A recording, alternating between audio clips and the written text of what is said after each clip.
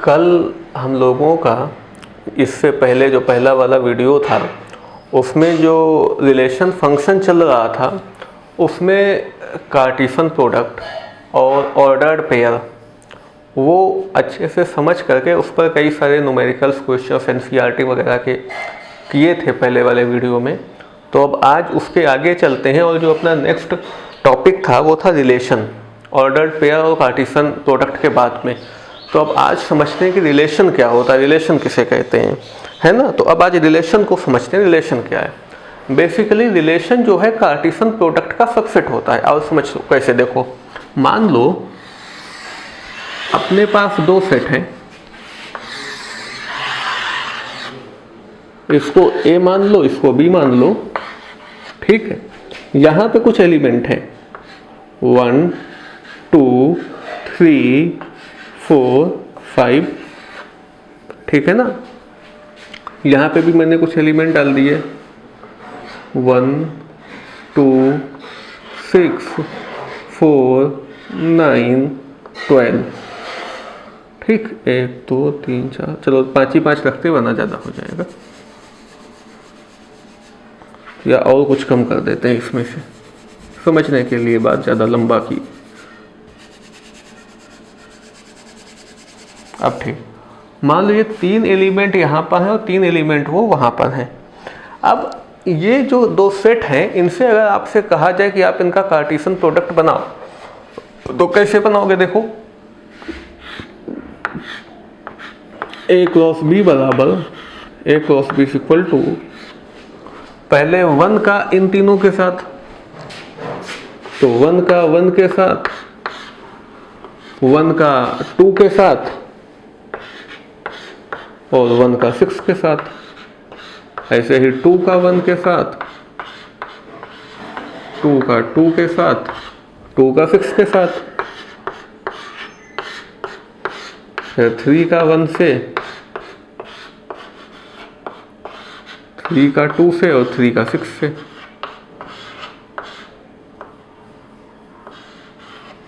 ये हो गया अपना कार्टेशियन प्रोडक्ट, ठीक है। अब आप इस कार्टेशियन प्रोडक्ट को ध्यान में रखिएगा और अब मैं आपको कुछ रिलेशंस बताता रहा हूँ। रिलेशन को समझते हैं, रिलेशन क्या है, फिर देखेंगे रिलेशन किस तरह से इस A क्रॉस B मतलब इस कार्टेशियन प्रोडक्ट का सबसेट कैसे है। मान लो आपसे कहें कि आप एक रिलेशन बनाओ, वो कुछ इस तरह से हो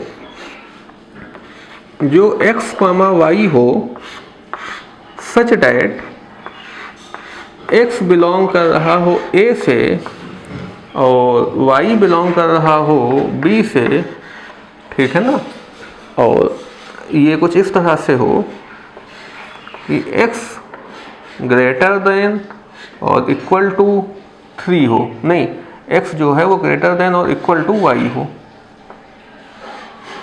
तो जब आप ये रिलेशन लिखोगे कि x जो है y से ग्रेटर देन हो, x जो है y से छोटा ना हो, ठीक है। अब देखना जरा इसमें क्या क्या आएगा। x y से ग्रेटर देन हो, x यहाँ पे x y के बराबर है, इज इक्वल टू है, और x बराबर वाला लिया जैसा तो यहाँ पे इज इक्वल टू का साइन लगा तो 1,1 हो गया। फिर ये नहीं लेंगे क्योंकि यहाँ पे x y से छोटा है, ये मैंने 2 बार लिख दिया।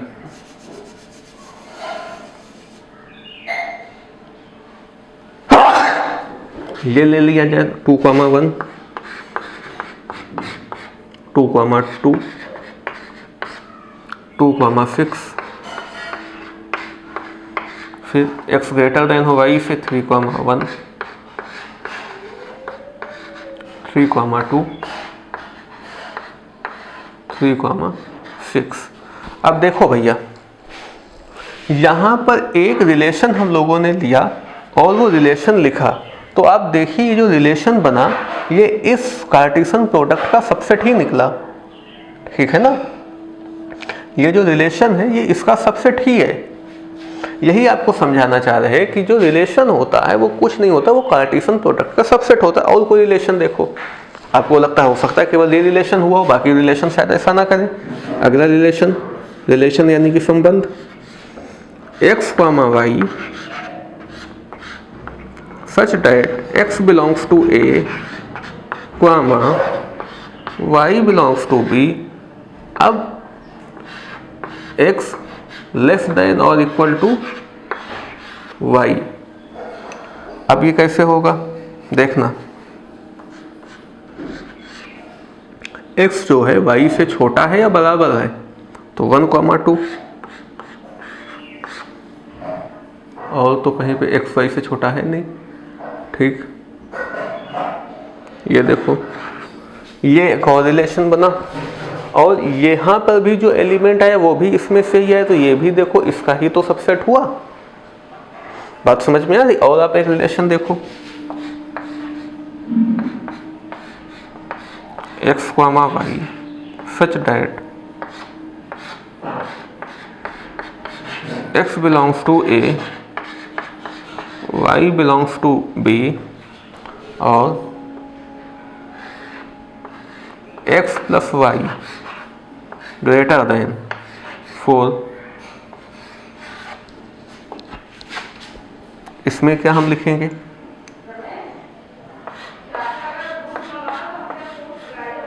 ठीक है ना, x, y, x belongs to A, y belongs to B, x plus y greater than 4। x plus y 4 से ग्रेटर देन हो, ये नहीं ले सकते, ये नहीं ले सकते, ये नहीं ले सकते, ये भी नहीं ले सकते। यहाँ पे 2 + 2 4 से ग्रेटर देन कहाँ है, ये सब एलिमेंट आ जाएंगे। ये भी नहीं आएगा तो 2,6 आएगा, 3,2 और 3,6।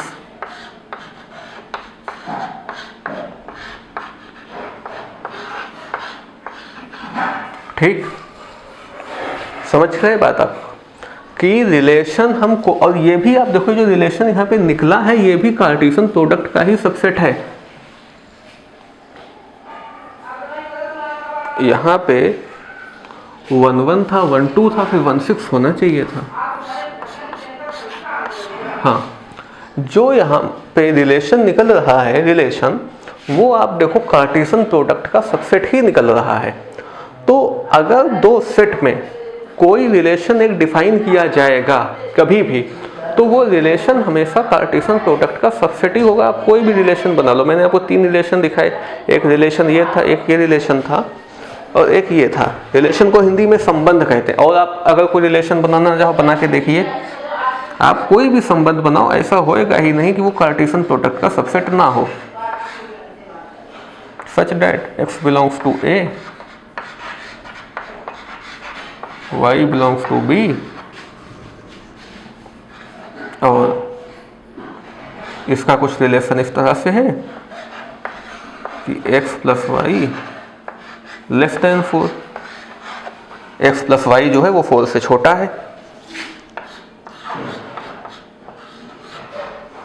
x plus y 1,1, देखो x plus y 4 से छोटा है ना, 1,2, फिर 2,1,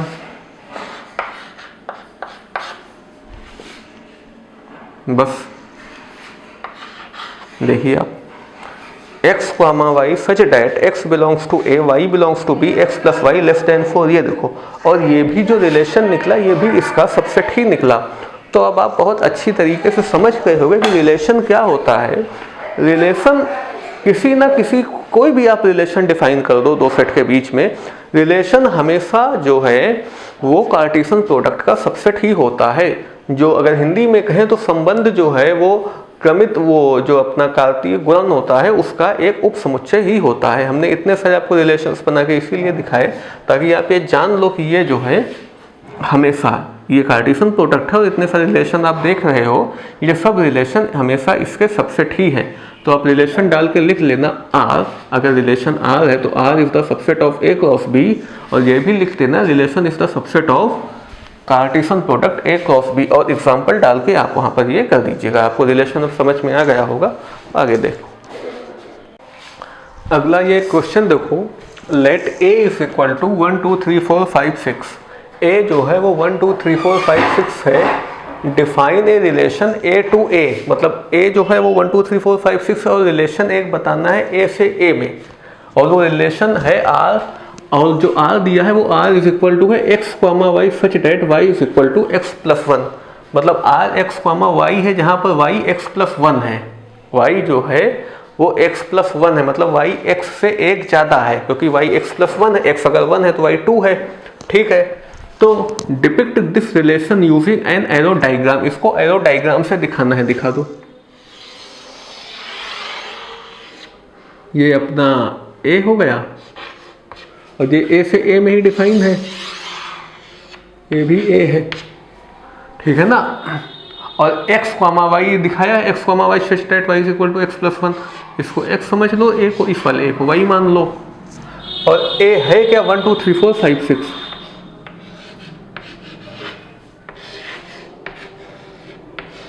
इधर भी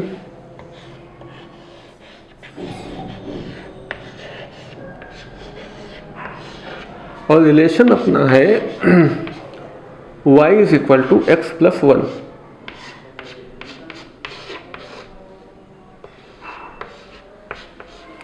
y जो है वो x से एक ज़्यादा है, y जो है वो x प्लस वन है, अगर x वन है तो y टू है, अगर x टू है तो y थ्री, क्योंकि y x से एक ज़्यादा है। तो y अगर वन है, x अगर वन है तो y x से एक ज़्यादा हो गया, टू हो गया, y is equal to x plus one. x two है तो y थ्री हो गया, y is equal to x plus one, y x से एक ज़्यादा, ठीक है ना। ये x है, ये x माना, ये y माना, तो y x से एक ज़्यादा है। 3 का 4 से, 4 का 5 से, 5 का 6 से, ठीक है। ये तो अपना पहले वाले का आंसर हो गया। Depict this relation using an arrow diagram, ये देखो एरो डायग्राम से ऐसे बना दिया, आप समझ गए होंगे। y is equal to x plus one था, ये बता दिया।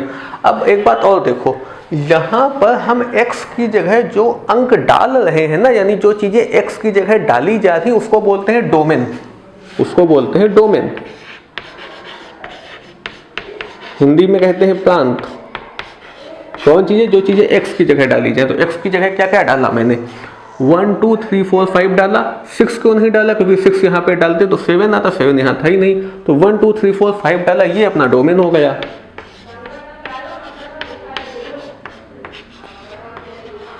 अच्छा, अब देखो रेंज क्या होता है, रेंज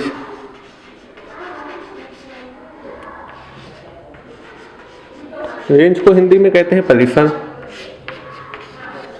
जो आंसर मिलते हैं x तो जो मैंने डाला वो हो गया, अब x डालने पे जो चीजें मुझे y मिल रही, मतलब जो x का आंसर मिल रहा है इसे समझ लो वो रेंज है। तो रेंज क्या है, 2 3 4 5 6, क्योंकि यही तो x डालने पे मुझे यही तो मिला 2 3 4 5 6, तो ये अपनी रेंज हो गई।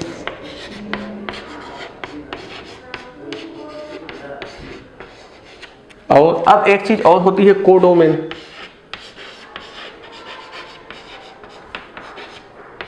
हिंदी में बोलते हैं सह प्रांत। ये क्या होता है, देखो ये जो y वाला सेट होता है इसमें एक तो ये रेंज हो गई और कुछ एलिमेंट रेंज के अलावा छूट जाते हैं जैसे 1, तो ये y वाला पूरा सेट को कोडोमेन कहते हैं। हो सकता है ये पूरा y रेंज हो, पूरा कोडोमेन भी रेंज हो सकता है कोई एक एलिमेंट इसमें छूट जाए, ये भी है। तो जो y वाला पूरा एलिमेंट है वो अपना कोडोमेन होता। तो यहाँ पे y क्या है, 1 2 3 4 5 6, ठीक। अब अगला सवाल देखो, हमने दोनों चीजें बता दी, एरो डायग्राम बना दिया और डोमेन रेंज कोडोमेन हो गया। अब ये समझो क्या है, आपको रेंज डोमेन और कोडोमेन समझ में भी आ गया होगा। यहाँ पे in this figure shows a relation between sets p and q, ये एक फिगर बना हुआ है क्वेश्चन में, इसमें p और q में ये एक रिलेशन दिखाया गया है एरो डायग्राम से, ठीक है। राइट दिस रिलेशन इन, इस रिलेशन को इस तरह लिखो, सेट बिल्डर फॉर्म। पहले तो सेट बिल्डर फॉर्म के फॉर्म में इसको लिखना है, तो लिखो, देखो कैसे लिखोगे, x, y such that x belongs to p, मतलब x p से आ रहा है, और y belongs to q, y q से है। और क्या रिलेशन है, आप देखो 9 3 पर जा रहा है, -3 पर जा रहा है, 4 2 पे, -2 पे, 25 5 पे, -5 पे, और इसको हम x माना है, इसको y माना है। तो x जो है वो इज इक्वल टू है plus minus of under root y, आप देखो x जो है वो y, एक मिनट, y x का अंडर रूट है, वही मैंने उल्टा लिख दिया भाई।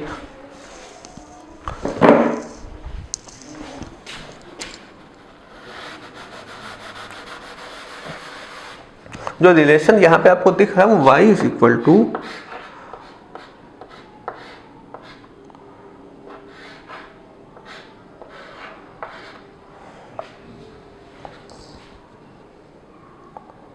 y x का रूट है, ठीक है ना। तो plus minus root of x बराबर y जो है वो x का रूट है, यही है ना।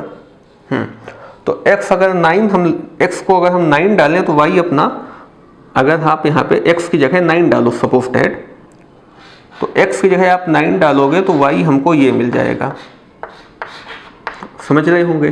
तो y बराबर अपने को मिलेगा प्लस का 3 और माइनस का 3, समझ में आया। और अगर यहाँ पर भी इस आपको कोई ये एकदम सही चीज़ लिखी, मगर अगर किसी को यहाँ भी दिक्कत है कि y बराबर प्लस माइनस रूट x, अब x में ये एलिमेंट है तो x की जगह अगर 9 डालोगे तो y ये चीज़ें मिलेंगी, x की जगह 4 डालोगे तो y ये मिलेगा, x की जगह 25 डालोगे तो y ये मिलेगा। अच्छा, यहाँ पे भी अगर किसी को ना समझ में आए तो आप ऐसे लिख दो इसको सीधा करके, मतलब प्लस माइनस रूट x बराबर y। अब आप और अच्छे से समझ जाओगे कि x ये 3 एलिमेंट हैं। देखो x बिलोंग कर रहा है p में, y बिलोंग कर रहा है q में। तो x की जगह जैसे ही आप 9 डालोगे तो y क्या मिला, 9 का रूट प्लस माइनस।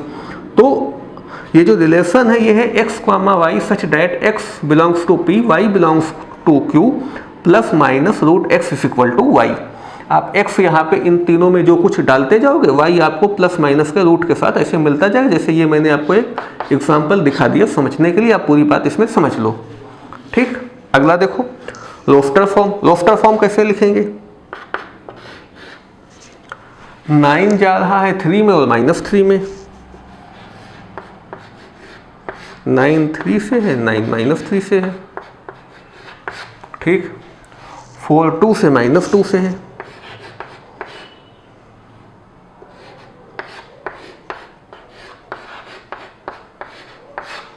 और 5 और 25 5 से माइनस 5 से।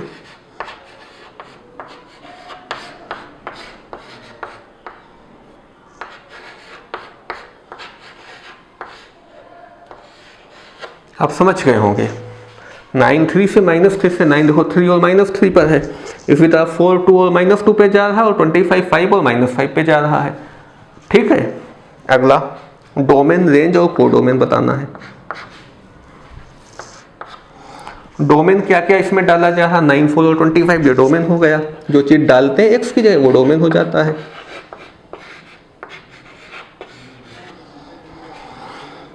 रेंज, तो रेंज इसमें क्या क्या मिल रहा है, 5 देखो 5 3 2 -2 -3 -5, तो ये अपनी रेंज हो गई।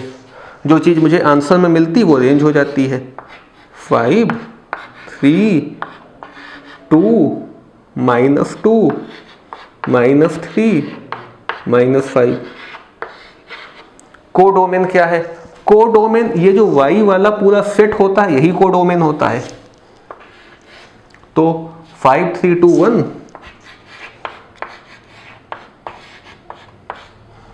-2 -3 -5।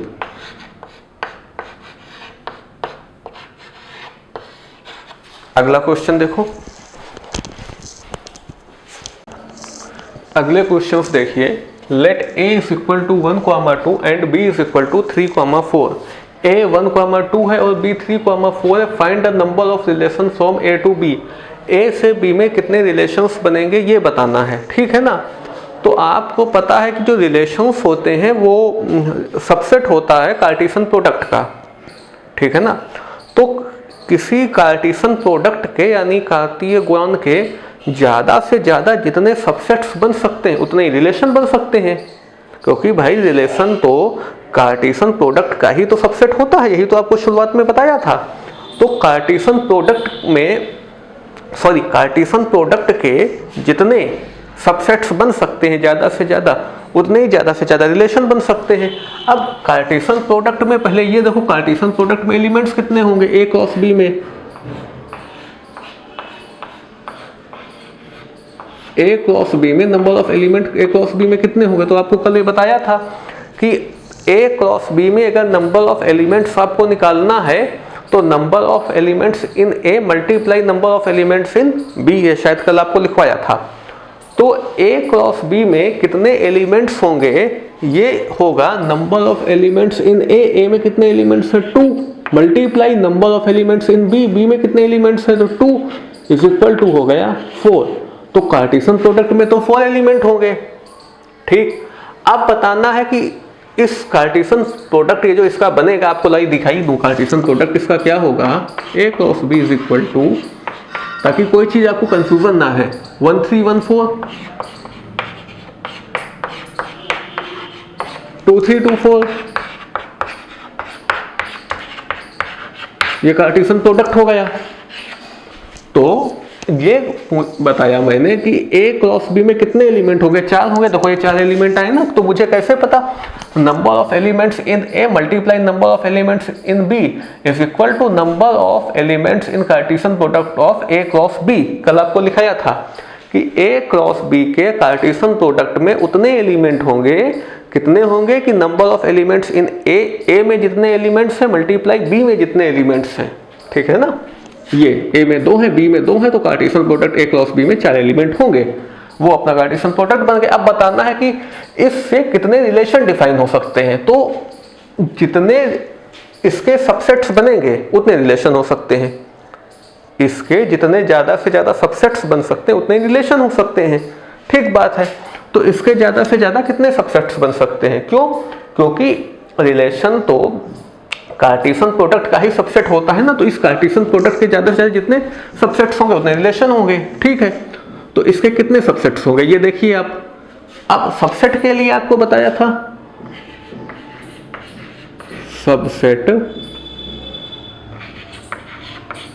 Subsets of A cross B, A cross B में कितने सबसेट होंगे, या किसी भी सेट के कितने सबसेट होते हैं 2 की पावर n, और n उस सेट में एलिमेंट्स की संख्या को बोलते हैं। किसी सेट के कितने सबसेट होंगे 2 की पावर n, जहां पर n में उस सेट के एलिमेंट्स की संख्या होती है। तो इस सेट में कितने एलिमेंट हैं, 1 2 3 4 4 एलिमेंट है, 2 की पावर 4 यानी कि 16, और जितने 16 सबसेट बनेंगे इसके इतने ही रिलेशन बन सकते हैं ज़्यादा से ज़्यादा। तो number of relation from A to B, number of relation from A to B is equal to 16। आप समझ गए होंगे पूरी बात कि भाई ए में 2 एलिमेंट हैं, बी में है, बी में भी 2 एलिमेंट हैं। तो सबसे पहले ये निकाल लो कि ए और बी में कितने एलिमेंट होंगे, ए में 2 है, बी में 2 है, तो ये निकाल लो कि ए क्रॉस बी में कितने एलिमेंट होंगे। ए क्रॉस बी में निकला इतने एलिमेंट होंगे। अब ये देखो ए क्रॉस बी के कितने सबसेट बनेंगे, ए क्रॉस बी के जितने सबसेट बनेंगे ज़्यादा से ज़्यादा उतने ही रिलेशन हो सकते हैं ए से बी में। यही है कि ए से बी में कितने रिलेशन हो सकते हैं, 16 रिलेशन पॉसिबल हैं ए से बी में। अगला देखो, A is equal to 1 2 3 dash dash dash 14 तक define relation R A to A से ए में एक रिलेशन डिफाइन करना है जो इस तरीके से है, R is equal to x comma y 3x minus y is equal to 0। ठीक है, तो 3x minus y is equal to 0 को 3x is equal to Y लिख सकते हैं, और यहाँ पर x मेरे पास 1 से 14 तक ही है, मतलब x की जगह हम 1 से 14 तक ही डाल सकते हैं, और y को भी 1 से 14 तक ही रखेंगे। तो 3x is equal to Y है मुझे यहाँ से मिला। अब x की जगह 1 तो y 3, x की जगह 2 तो y 6, x 3 तो y 9, x 4 तो y 12, और x 5 तो y 15 यहाँ है नहीं, तो x हम 5 यहाँ पे डाल नहीं सकते हैं क्योंकि रिलेशन a से a में है, यही डोमेन रहेगा, यही रेंज है। ए से ए में ही रहेगा, मतलब रेंज भी इसी के अंदर ही मुझे रखनी है, तो हम 14 से बाहर जाएंगे नहीं। x अगर हमने 5 डाला तो y 14 आए, x अगर हमने 5 डाला तो y 15 आएगा, 15 यहाँ है नहीं, तो रिलेशन मेरा यही हुआ R। ठीक ठीक, अब इसकी डोमेन रेंज और कोडोमेन बता दो। डोमेन मतलब जो x की जगह है, जैसे पहले आपको एरो डायग्राम से डोमेन बताया वैसे भी देख लो, जो x की जगह है वो डोमेन, तो डोमेन क्या है 1 2 3 4, क्योंकि यही x की जगह है। रेंज क्या है, जो इसको डालने पे जो आंसर मिल रहा है, जो y मिल रहा है वो रेंज है, हिंदी में परिसर है वो। 3 6 9 12,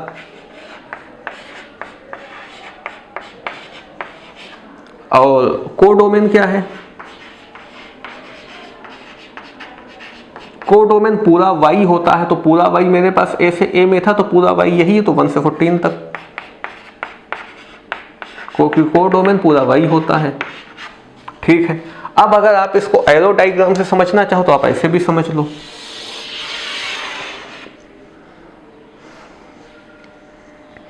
कि इसमें 1 से 14 तक है, तो 1 2 3 4 5 ऐसे आप बना देना, नीचे ले जाते 14 तक, इधर भी 14 तक है। ठीक है ना, तो ऐसे 1 2, ऐसे ही कहीं पे 6 होगा, फिर 9 होगा, फिर 12 होगा, फिर 14 होगा, फिर है ना, ऐसे और कई सारे इसमें एलिमेंट्स होंगे, वो सब आप भर लेना। मेरे में जगह कम है ना, इसलिए मैंने सब नहीं भरे हैं 14। ठीक, कई सारे एलिमेंट हो गए, मैंने केवल वही एलिमेंट लिए जो अपने काम के, इसमें पूरे 1 से 14 तक एलिमेंट है यहाँ पे। तो 2 जाएगा 6 पे, 3 जाएगा 9 पे, 4 जाएगा 12 पे, अब 5 जाएगा 15 पे, 15 यहाँ पे है नहीं, और इसमें पूरा 1 to 14 है, इसमें भी पूरा 1 to 14 है। तो आप यहाँ पर भी देखो, ये अपना x है, ये अपना y है, तो x में जो चीज़ें x की जगह डाली अच्छा 1 जाएगा 3 पे, 1 3 पे भी चला जाए, हाँ, जो चीज़ें यहाँ पे x की जगह डाली जा रही 1 2 3 4 वो डोमेन हो गया। जो y में आ रहा है 3 6 9 12, 3 6 9 12 जो y में आ रहा है 3 6 9 12 वो अपना रेंज हो गया, और ये जो पूरा y है ये कोडोमेन हो गया। मुझे लगता है आप ये दोनों सवाल समझ गए हो गए। अब अगला क्वेश्चन पे चलते हैं। Next question, define a relation और ऑन द सेट n। एक रिलेशन R है जो n सेट यानी कि नेचुरल नंबर्स यानी कि प्राकृतिक संख्याओं के सेट पे डिफाइन है। n of natural numbers by r is equal to x, y, y is equal to x plus 5। r जो है वो x, y है, जहाँ पे y x प्लस 5 है, मतलब y जो है वो x से 5 ज़्यादा है। x जो भी होगा y उससे 5 ज़्यादा है, y is equal to x plus 5 है। x is natural number less than 4। x 4 से छोटी एक प्राकृतिक संख्या है, 4 से छोटा एक नेचुरल नंबर है, यानी कि x 1 है, 2 और 3 है। यही 1 2 और 3 यही नेचुरल नंबर्स हैं जो 4 से छोटे हैं। ठीक है, depict this relationship using roster form. इस रिलेशनशिप को रोस्टर फॉर्म में लिखना है। Write down domain and range, और डोमेन और रेंज भी बताना। पहले रिलेशनशिप को मैं रोस्टर फॉर्म में लिख दूं, फिर आगे बात करता हूँ। ठीक है, y is equal to x plus 5, और x जो है वो 4 से छोटा नेचुरल नंबर है, यानी x 1 हो सकता है, 2 हो सकता है, 3। तो x जब 1 होगा तो y 6 हो जाएगा, क्योंकि y is equal to x plus 5। x 2 होगा तो y 7 होगा, x 3 होगा तो y 8 होगा। अब x 4 हो नहीं सकता क्योंकि यहाँ पे लिखा है नेचुरल नंबर लेस देन 4। ठीक, रिलेशनशिप हो गया। डोमेन और रेंज बता देना है। ठीक है, डोमेन देख लो। डोमेन वो होता है जो x की जगह पे हो। x क्या क्या है, 1 2 से 1 2 3 यही डोमेन है।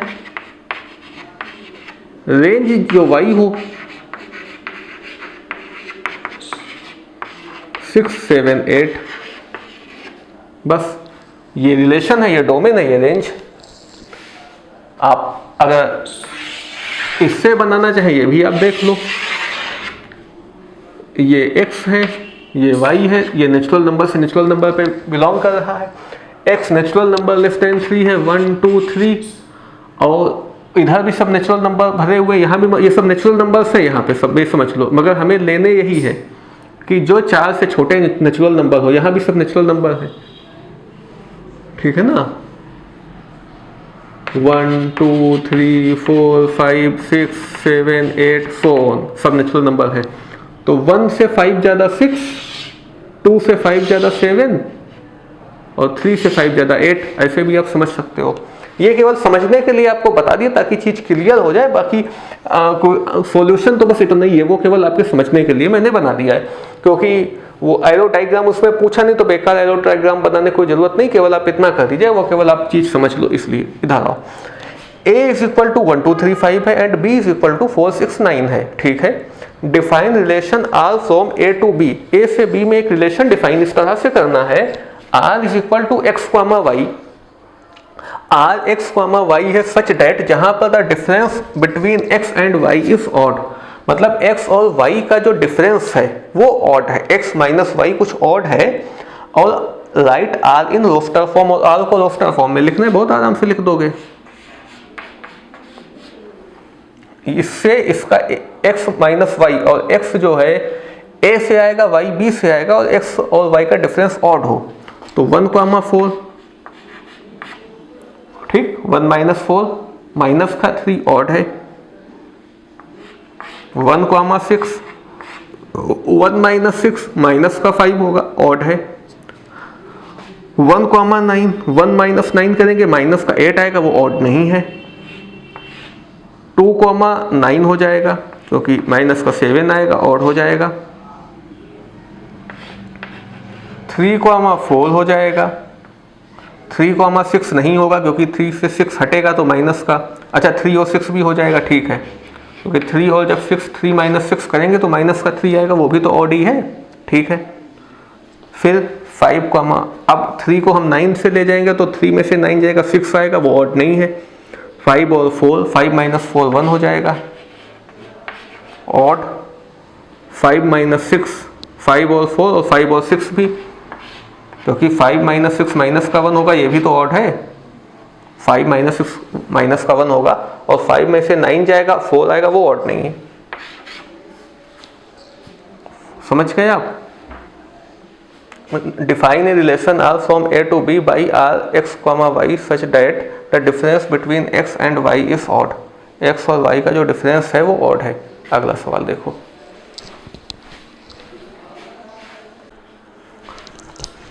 भाई आगे नेक्स्ट क्वेश्चन करने से पहले ये जो अभी वाला क्वेश्चन किया है, इससे अभी जो क्वेश्चन किया है इसमें एक चीज़ शायद आपको कंफ्यूज करे, उसमें एक सेट A दिया हुआ था, एक सेट B दिया हुआ था, और जो मैंने क्रमित युग्म बनाए, जो ऑर्डर्ड पेयर बनाए, उसमें x y में x की जगह A वाले सेट के एलिमेंट लिख दिए और y की जगह B वाले सेट के एलिमेंट लिख दिए। तो आप शायद ये किसी के मन में आए कि इसमें मुझे ये कैसे पता चला कि जब उसमें मैंने क्रमित युग्म ऑर्डर्ड पेयर बनाया तो x की जगह A वाले एलिमेंट लिखे और y की जगह B के लिखे। तो एक्चुअली उसमें मैंने तो पहले तो हो सकता है किसी को ये दिक्कत हो कि सर आपको ये मालूम कैसे हुआ कि x की जगह A वाले ही आएंगे और B की जगह x की जगह A वाले ही आएंगे और y की जगह B वाले ही आएंगे। तो उसी में क्वेश्चन में ही एक चीज़ आगे लिख देना, x बिलोंग्स टू A और y बिलोंग्स टू B। ये एक्चुअली क्वेश्चन में ही ये चीज़ लिखी थी और मैंने वो क्वेश्चन में नहीं लिखा, तो बाद में मैंने देखा तो मुझे याद आया कि शायद ये चीज़ लिखना भूल गए थे उसमें, है ना। x बिलोंग्स टू A और y बिलोंग्स टू B उसमें कर लेना। चलिए आगे क्वेश्चन देखें, साफ नहीं होता है अच्छे से।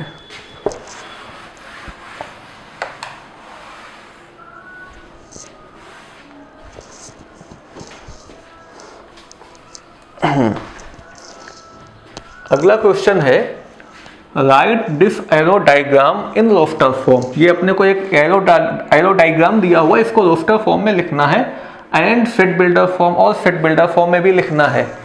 इस एरो डायग्राम को रोस्टर फॉर्म और सेट बिल्डर फॉर्म में लिखना है। What is the domain and range of this function, और इस फंक्शन की डोमेन और रेंज बतानी है। बात समझ गए?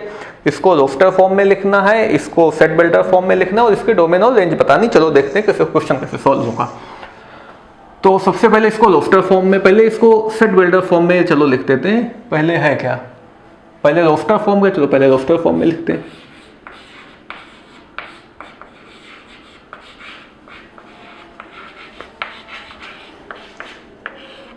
रोस्टर फॉर्म तो 5 जा रहा है 3 पे, तो 5,3, 6,4 और 7,5 हो गई आपकी roster form. Set builder form में कैसे लिखेंगे,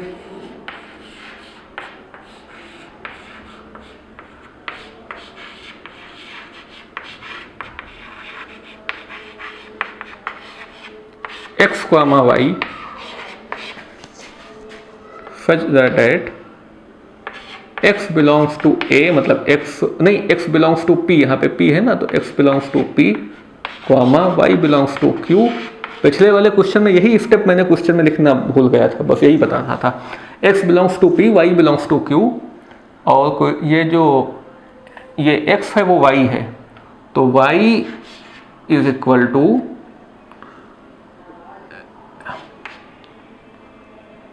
x माइनस 2। देख लो, x 5 है तो y 5 माइनस 3 है। और एक चीज़ और लिख दो, ताकि अभी इसमें ये नहीं पता है कि x में क्या क्या चीज़ें ली जा सकती हैं, लेकिन नहीं ठीक तो है, यहाँ पे x बिलोंग्स टू p लिख दिए तो x इसी p में से लिया जाएगा, जो भी लिया जाएगा, ठीक है। अच्छा, सेट बिल्डर फॉर्म हो गया, रोस्टर फॉर्म हो गया, और क्या बताना है, domain and range. Domain and range बता दो भाई।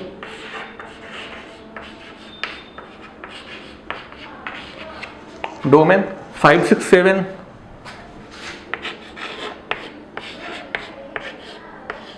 रेंज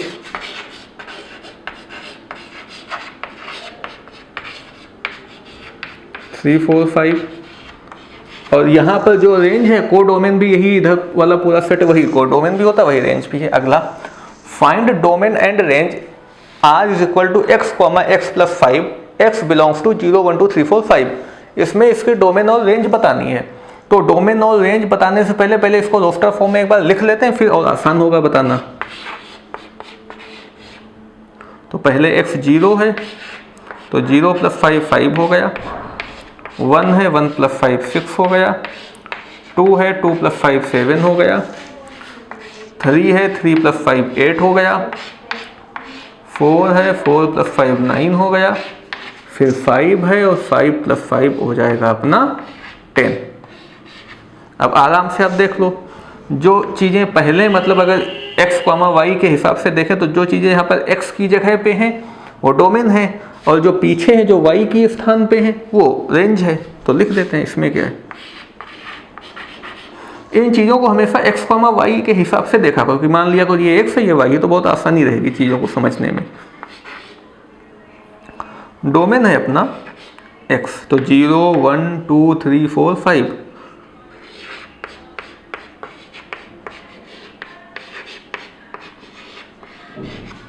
रेंज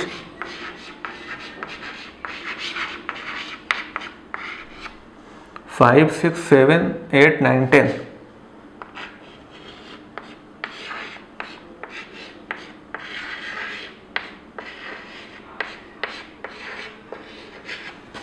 अगला क्वेश्चन देखो, अगला क्वेश्चन है let a is equal to 1, 2, 3, 4, 6। Let a is equal to 1, 2, 3, 4, 6। a जो है वो 1, 2, 3, 4, 6 है। Let r be the relation on a defined by, और r एक रिलेशन है a पर जो डिफाइन इस तरह से a, b, और a, b belongs to a। a, b, a और b दोनों a में बिलोंग कर रहे हैं। b is exactly divisible by a, और जो b है वो a से पूरी तरह से कट जा रहा है। a और b दोनों a में है, और b जो है वो एग्जैक्टली डिविजिबल बाई a है। b पूरी तरह से a से डिवाइड हो जाएगा, तो इसको रोस्टर फॉर्म में लिखना है, लिख देते हैं। तो 1 से तो 2, 3, 4, 6 सब कट जाएंगे, सब कैंसिल हो जाएंगे, तो 1 से तो 1 भी हो जाएगा, 2 भी हो जाएगा, 3 भी हो जाएगा, 1 से 4 भी हो जाएगा, और भाई 1 से 6 भी हो जाएगा। चलो फिर 2 से 3 तो कटेगा नहीं, पूरी तरह से डिविजिबल नहीं है 3। 2 4 और 2 6, 2 से 4 कट जाएगा, 2 से 6 कट जाएगा, तो 2 4 2 6।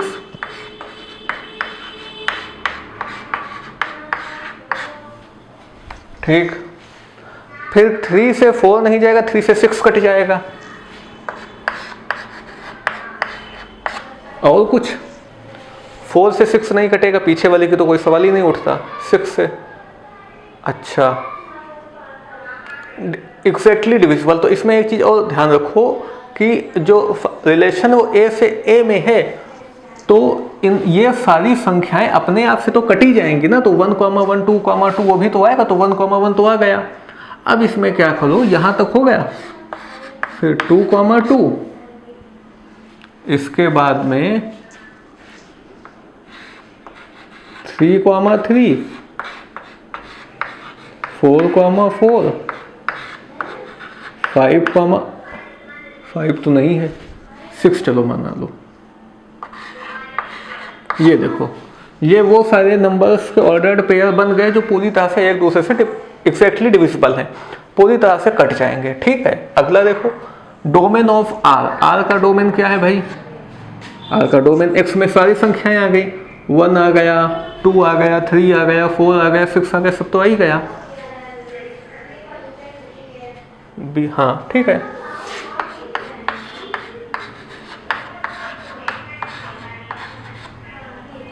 और find the range of R. Range में भी सब चीज़ें आ गई हैं भाई। जब अपने आप से सारी संख्याएं कटी रही तो आप ये वाला भी आप देख लो, फिर ये देख लो, फिर ये देख लो, तो सारे तो अंक आ ही गए हैं जो इसमें थे, यही रेंज हो जाएगा।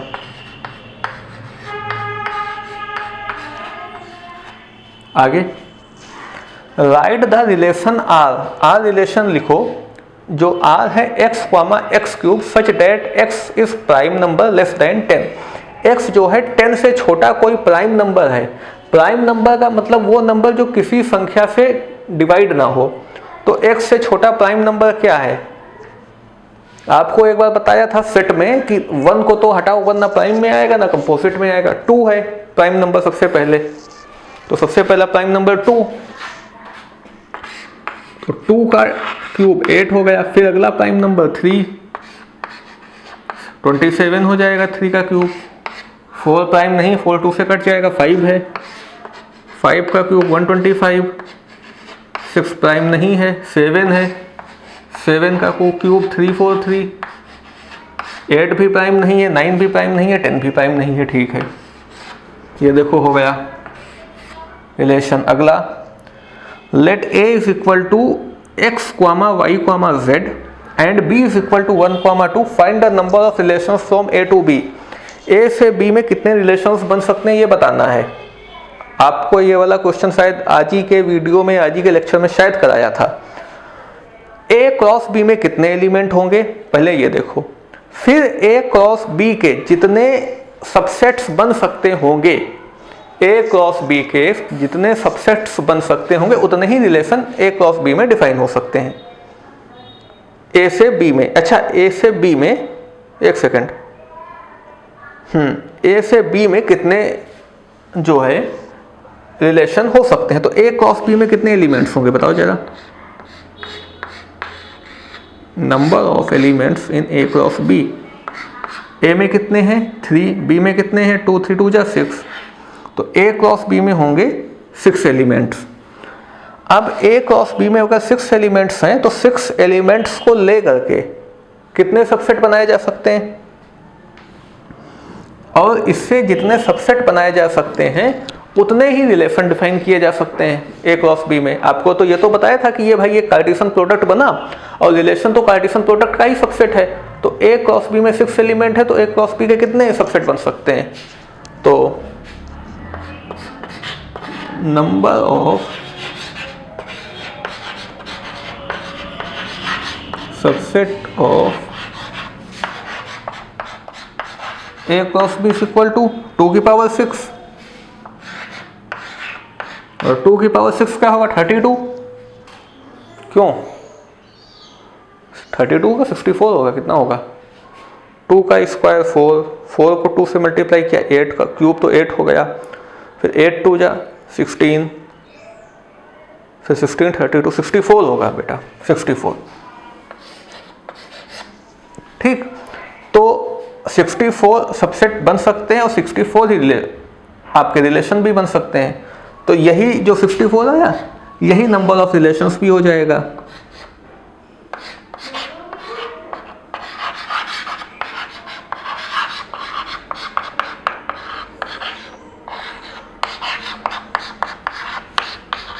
ये देखो,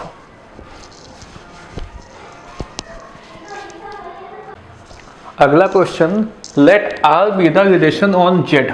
मतलब आर जो है वो जेड यानी कि इंटीजर पर कोई रिलेशन है। जेड का मतलब इंटीजर यानी कि पूर्णांक। तो let R be the relation on Z defined by R is equal to A comma B और A comma B belongs to Z. मतलब ए और बी दोनों इंटीजर हैं। मतलब ये जो रिलेशन बन रहा है इसमें यहाँ भी इंटीजर है और इधर भी इंटीजर यानी कि पूर्णांक भरे हुए हैं, इसमें भी। ठीक, a minus B is an integer. a comma B दोनों इंटीजर से बिलोंग कर रहे हैं, z यानी कि इंटीजर से, और a माइनस बी एक इंटीजर है। तो इसका डोमेन और रेंज बताओ। देखना चला, अगर इंटीजर को ऐसे हटाओ, अगर इंटीजर को इंटीजर से माइनस किया जाए तो भी तो इंटीजर ही आएगा। इसको जेड मत समझ लेना कि जेड से जेड कैंसिल हो गया, जीरो आ गया। जेड का मतलब कोई नंबर अगर कोई इंटीजर को इंटीजर से माइनस करेंगे तो भी तो इंटीजर ही आएगा ना। और a minus B is an integer, a भी इंटीजर है, b भी इंटीजर है और a माइनस बी भी एक इंटीजर है। खुद ही कह रहा कि ये भी एक इंटीजर होगा। तो यहां पर भी इंटीजर है, डोमेन में भी, रेंज में भी इंटीजर है। ठीक है ना, हम सारे इंटीजर्स को माइनस कर सकते हैं किसी इंटीजर से। ठीक है, तो यहां पर इसका डोमेन भी इंटीजर है और रेंज भी इंटीजर है।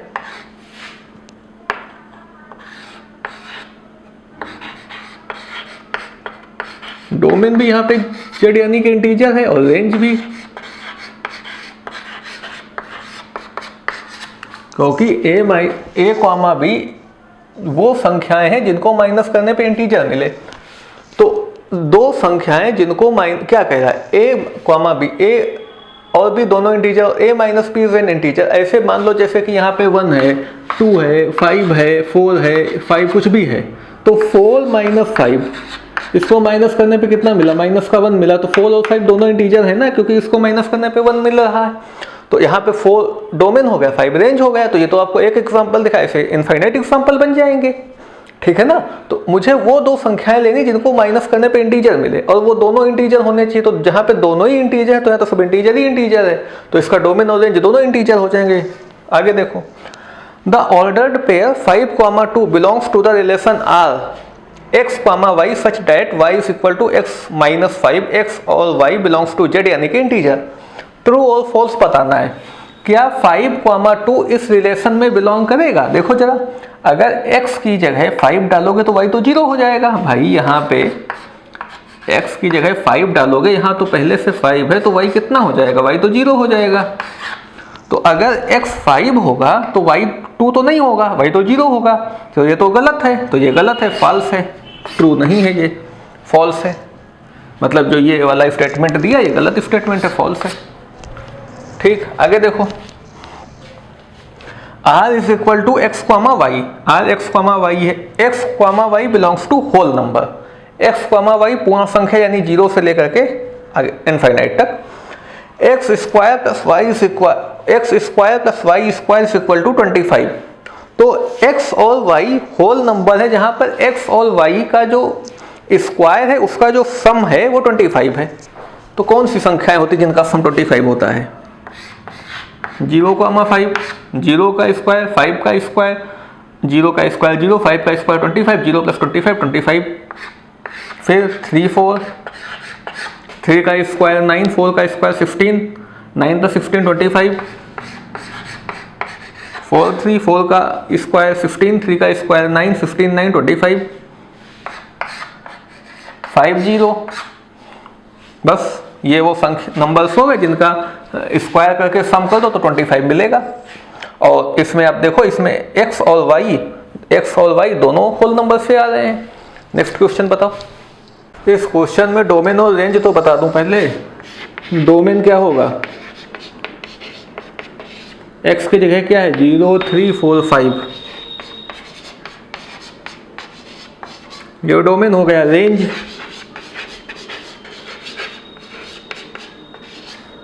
5 4 5 4 3 0। ये अभी जो यहाँ पे क्वेश्चन लास्ट वाला किया ना, उसमें डोमेन और रेंज पूछा था मैंने, ये दो कार्टेशियन प्रोडक्ट बता दिया और डोमेन रेंज रह गया। तो डोमेन रेंज देख लो तब आगे वाला क्वेश्चन करें। Next question, if r1 is equal to x comma y, अगर r1 x कॉमा वाई है, y is equal to 2x plus 7 और y दिया हुआ है 2x plus 7, x belongs to r, r का मतलब रियल नंबर और वो r1 का मतलब रिलेशन है। तो ये रिलेशन है x कॉमा वाई, ये जो लाइन बनी हुई है ना, इसका मतलब भी सच डैट ही है, such that y is equal to 2x plus 7। ठीक है, y जो है वो x के दुगने से 7 ज़्यादा है, x belongs to r, x एक रियल नंबर है, एंड -5 से ग्रेटर देन और इक्वल टू है x और 5 से छोटा और लेस देन है। तो इसमें डोमेन और रेंज इसमें बताना था। ठीक है ना, ये मैंने लिखना कहाँ आजकल पता नहीं, दिमाग है मेरा। डोमेन एंड रेंज यहाँ बताना था। ठीक, अब देखो इसमें डोमेन रेंज क्या होगा।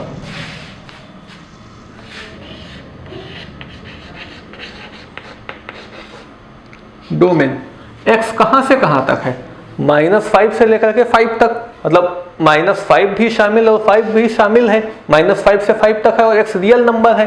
तो इसको कैसे लिखेंगे, इसको ऐसे लिखेंगे, समझ गए होंगे आप। सेट में ये बताया था, सेट में ये था। और रेंज क्या होगी, रेंज, अब यहाँ -5 से 5 तक सारे रियल नंबर्स हैं, इसमें -5 और 5 को लेते हुए रेंज क्या होगी।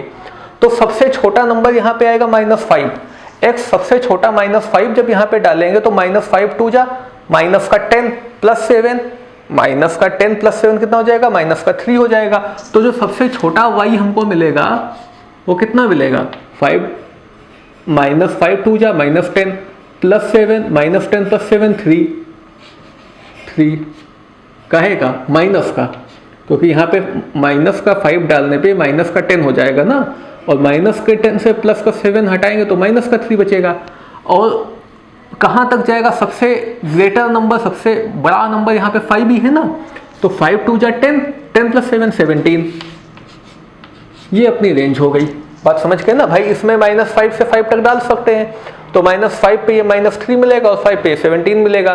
तो इसकी जो रेंज होगी y का, मतलब जो y का वैल्यू होगा वो -3 से 17 तक जाएगा। अगला क्वेश्चन ये R2 है। R2 is equal to x comma y such that x and y are integers. x और y इंटीजर है, x square plus y square is equal to 64। x और y इस तरह के इंटीजर है कि x स्क्वायर और y स्क्वायर 64 है। Then find the domain and range of R2, इसका डोमेन और रेंज बताना है। तो पहले जाए रिलेशन देखो क्या बनेगा, फिर डोमेन रेंज भी बता दिया जाएगा। 0 और 8 दोनों इंटीजर हैं, इनके दोनों का स्क्वायर का सम 64 है। 0 स्क्वायर 0, 8 स्क्वायर 64, 64 प्लस 0 64, 0 कॉमा -8, -8 का स्क्वायर 64, 0 का स्क्वायर 0, 64 प्लस 0 64। अगला अब 0 कॉमा 8, 8 कॉमा 0, भाई रियल नंबर से रियल नंबर में है ना, ओ सॉरी इंटीजर है, इंटीजर है, तो x और y दोनों इंटीजर हैं, तो इधर भी इंटीजर होगा और इधर भी इंटीजर होगा, क्योंकि दोनों ही इंटीजर हैं। ये जो x होगा वो भी इंटीजर, y भी इंटीजर है। तो एक जैसे इसमें मान लो, आप समझो बात को, -8 है, कहीं फिर 0 है, फिर 8 है, ठीक है। ऐसे ही फिर यहाँ पर भी -8 होगा, कहीं पे 0 होगा, 8 होगा, तो -8 इससे भी मिल रहा, इन दोनों के स्क्वायर का सम, इन दोनों के स्क्वायर का सम, ठीक है। तो 0,8 और 0,-8 भी, क्योंकि इसके और इसके स्क्वायर का भी तो सम होगा 64। फिर 8,0 भी, ये देखो इसका स्क्वायर भी 64 होगा, और 8 ओ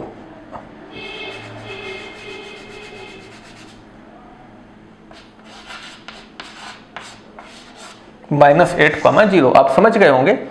इधर भी देख लो 0 8 और 0 -8, 0 8 0 -8 दोनों के स्क्वायर का सम 64, 8 0 8 0 8 और 0 ये वाला 8 का स्क्वायर 64 प्लस 0 का स्क्वायर 64, कोई रिपीट तो नहीं है। और -8, 0 -8, 0 इसका स्क्वायर 64, इसका स्क्वायर 0, 64 प्लस 0 64 ये है। चाहे आप वो आपको समझाने के लिए बता दिया, मतलब ये चीज़ कहाँ से आई, कोई बच्चे को ना समझ में आता। तो अगला R3 is equal to x, mod x, R3 is equal to x, mod x, x is real number, x एक रियल नंबर है, is a relation, then find the domain of range of domain and range of R3। इसकी domain और range बतानी है। बहुत सारे बच्चों को ये नई चीज़ मिली होगी, ये क्या होता है मॉड्यूलस का फंक्शन का क्या मतलब है। ये बात समझो, ये एक ऐसा फंक्शन है कि इसके अंदर कोई भी निगेटिव चीज़ आए, मान लो -5 आएगा तो वो प्लस का हो जाएगा, -a आएगा तो वो a आएगा, मतलब ये माइनस को गायब कर देता है। और प्लस की कोई चीज़ आए तो वो वही रहती है। जैसे केवल a है तो ये a ही रहेगा, मगर यही इसमें -7 हो जाएगा तो केवल 7 हो जाएगा, केवल 7 डाल दोगे तो ये 7 ही रहेगा। ठीक, ये चीज़ होती है मॉड्यूलस। मॉड्यूलस का मतलब ये माइनस को हटा देता है, और अगर माइनस उसमें है ही नहीं तो फिर कोई बात ही नहीं है। तो ये तो हो गई मॉड्यूलस की बात।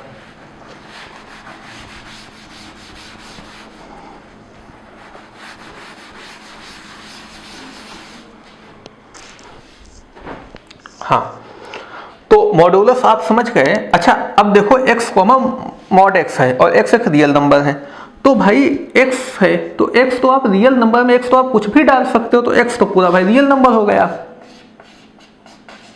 अभी मॉड्यूलस फंक्शन हम लोग डिटेल में आगे स्टडी करेंगे। x, mod x, तो x हम अपने मर्जी से डाल सकते हैं, तो x तो पूरे रियल नंबर में जो मर्जी हो वो डाल दो।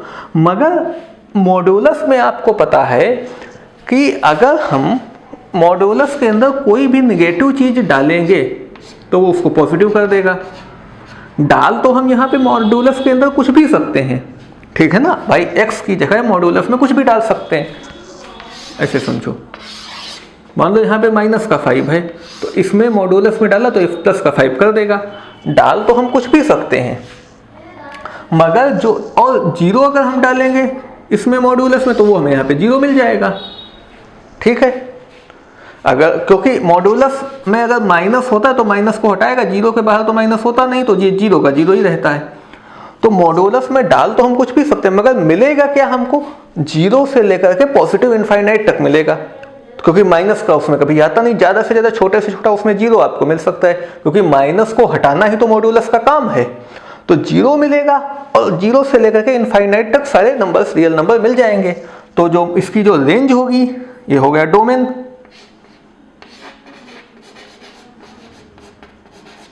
एक्स ना लिखो, डोमेन लिखो, डोमेन हो गया। और रेंज जो इसकी हो जाएगी, रेंज वो हो जाएगी 0 से लेके इन्फिनिटी तक। ये आप समझ गए होंगे।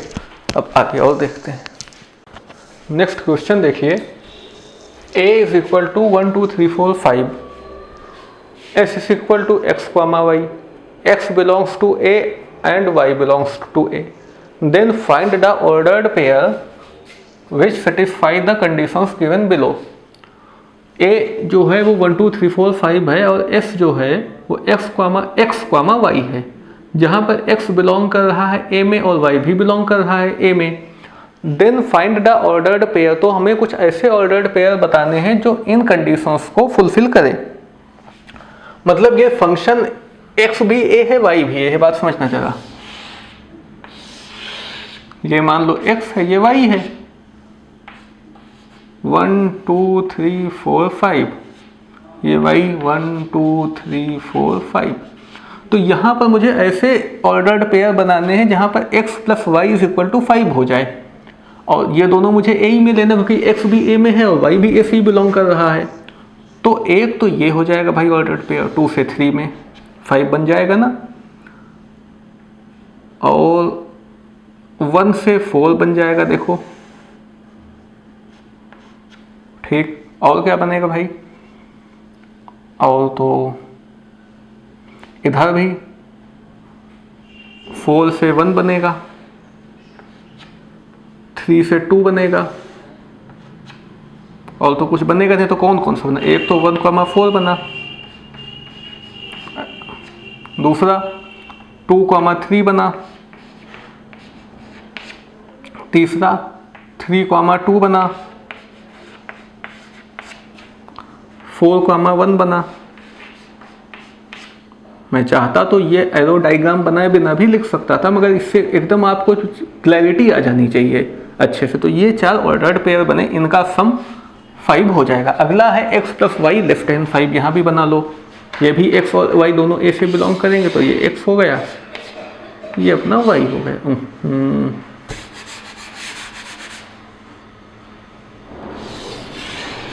ये अपना y हो गया। तो x में क्या है, 1 2 3 4 5, y में 1 2 3 4 5। तो x plus y less than 5। अच्छा, 1 को 1 से मिला दो, 1 प्लस 1 लेस देन 5। 1 को 2 से मिला दो, 1 प्लस 2 लेस देन 5। 1 को 3 से मिला दो, 1 प्लस 3 4 लेस देन 5। 1 को 4 से नहीं मिलाएंगे क्योंकि 1 प्लस 4 इज इक्वल टू 5 होगा, मुझे लेस देन 5 रखना। ठीक, अब पहले 1 वाले लिख लो वरना फिर बहुत घिचपिच हो जाएगा। 1 को 1 से मिलाया, 1 को 2 से मिलाया, 1 को 3 से मिलाया। अब आगे 2 को 1 से मिला दो, 2 को 1 से मिलाया, 2 को 2 से मिला दो, 2 को 2 से नहीं मिला सकते ना ना ना ना ना, क्योंकि 2 को 2 से मिलाया तो हो जाएगा 4, और मुझे 4 से लेस देन नहीं, 5 से लेस देन रखना। 4 हो सकता है क्या, मैं भी मिला सकते हो। 2 को 2 से मिला दो, क्योंकि 2 से 2 मिलाएंगे तो 4 होगा ना, मुझे तो 5 से लेस देन करना है। ठीक है, 2 को 3 से नहीं मिला सकते, 5 हो जाएगा। ठीक, अच्छा अब 3 को 1 से मिला दो, तो 3,1 हो जाएगा। फिर 3,1 4 हो गया, 5 से छोटा है। अब 3 को किसी से नहीं मिला सकते हैं, तो इतने ही अपने पास ऑर्डर्ड पेयर आएंगे जिनका सम जो है वो 5 से लेस देन है। 1 1 1 2 2 1 1 3 3 1 और 2 2। इधर आओ, x plus y greater than 8। ठीक है, x और y दोनों a से बिलोंग करते, a में है 1 2 3 4 5।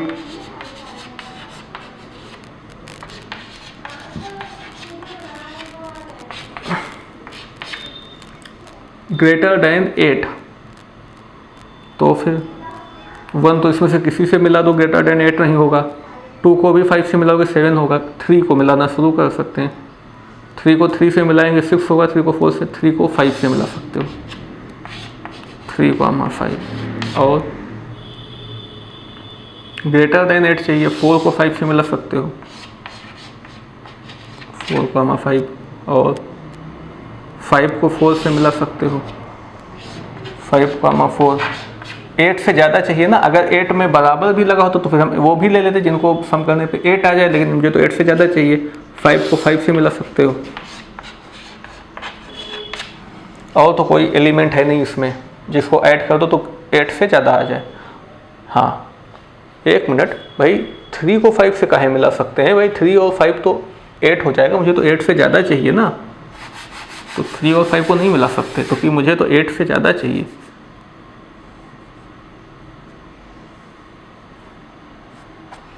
हाँ, अब ठीक है।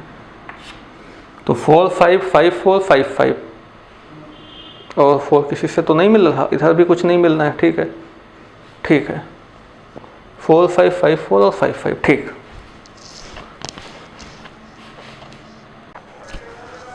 देखो भैया, यहाँ तक अब हम लोगों ने रिलेशन तो पूरा समझ लिया कि रिलेशन क्या होता है, रिलेशन किसे कहते हैं।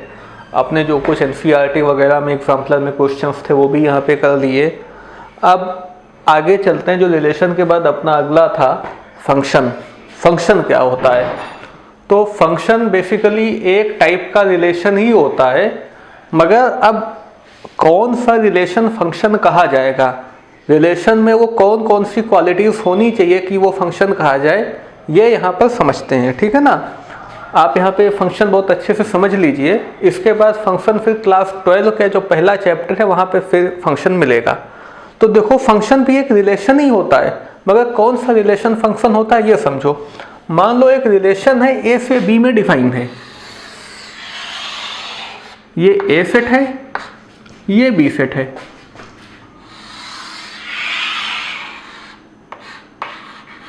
इसके एलिमेंट है मान लो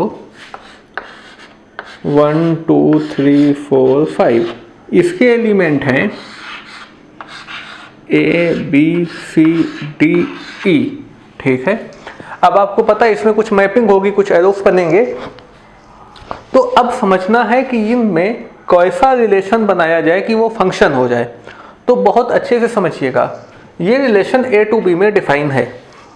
पहली चीज तो ये है कि ये जो डोमेन का कॉलम बना हुआ है, इस डोमेन में ऐसा कोई भी एलिमेंट ना हो जिसकी वहाँ पर इमेज ना हो।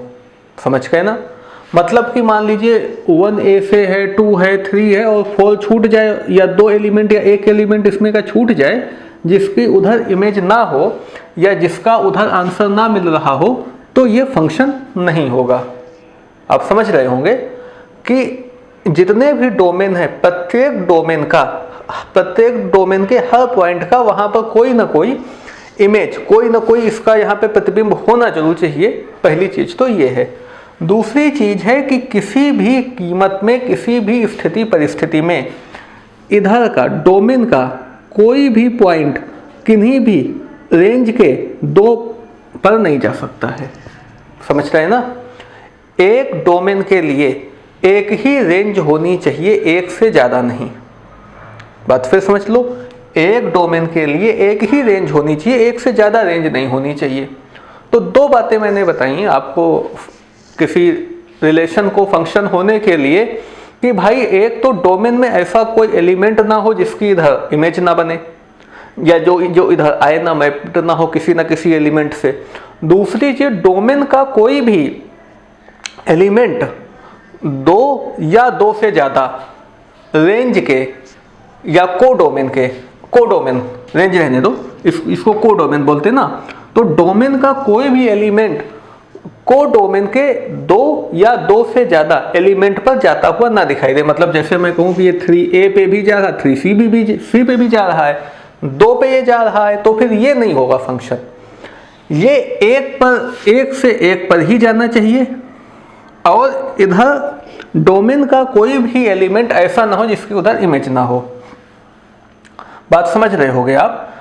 अब इसको जो है आप एक चीज और बताएं, यहां पर 2 डोमेन एक इमेज पे जा सकते हैं। 2 डोमेन की एक इमेज हो सकती है, मगर एक डोमेन की कोई कहे कि 2 इमेज होगी तो ये नहीं पॉसिबल है। एक डोमेन की एक ही इमेज होनी चाहिए। जैसे इसकी एक ही इमेज है, एक डोमेन का कोडोमेन में कोडोमेन के एक ही एलिमेंट से रिलेशन हो, ठीक, और डोमेन का कोई भी एलिमेंट जो है खाली ना हो जिसकी उधर इमेज ना बने। इसको हटा दें तो आगे बता,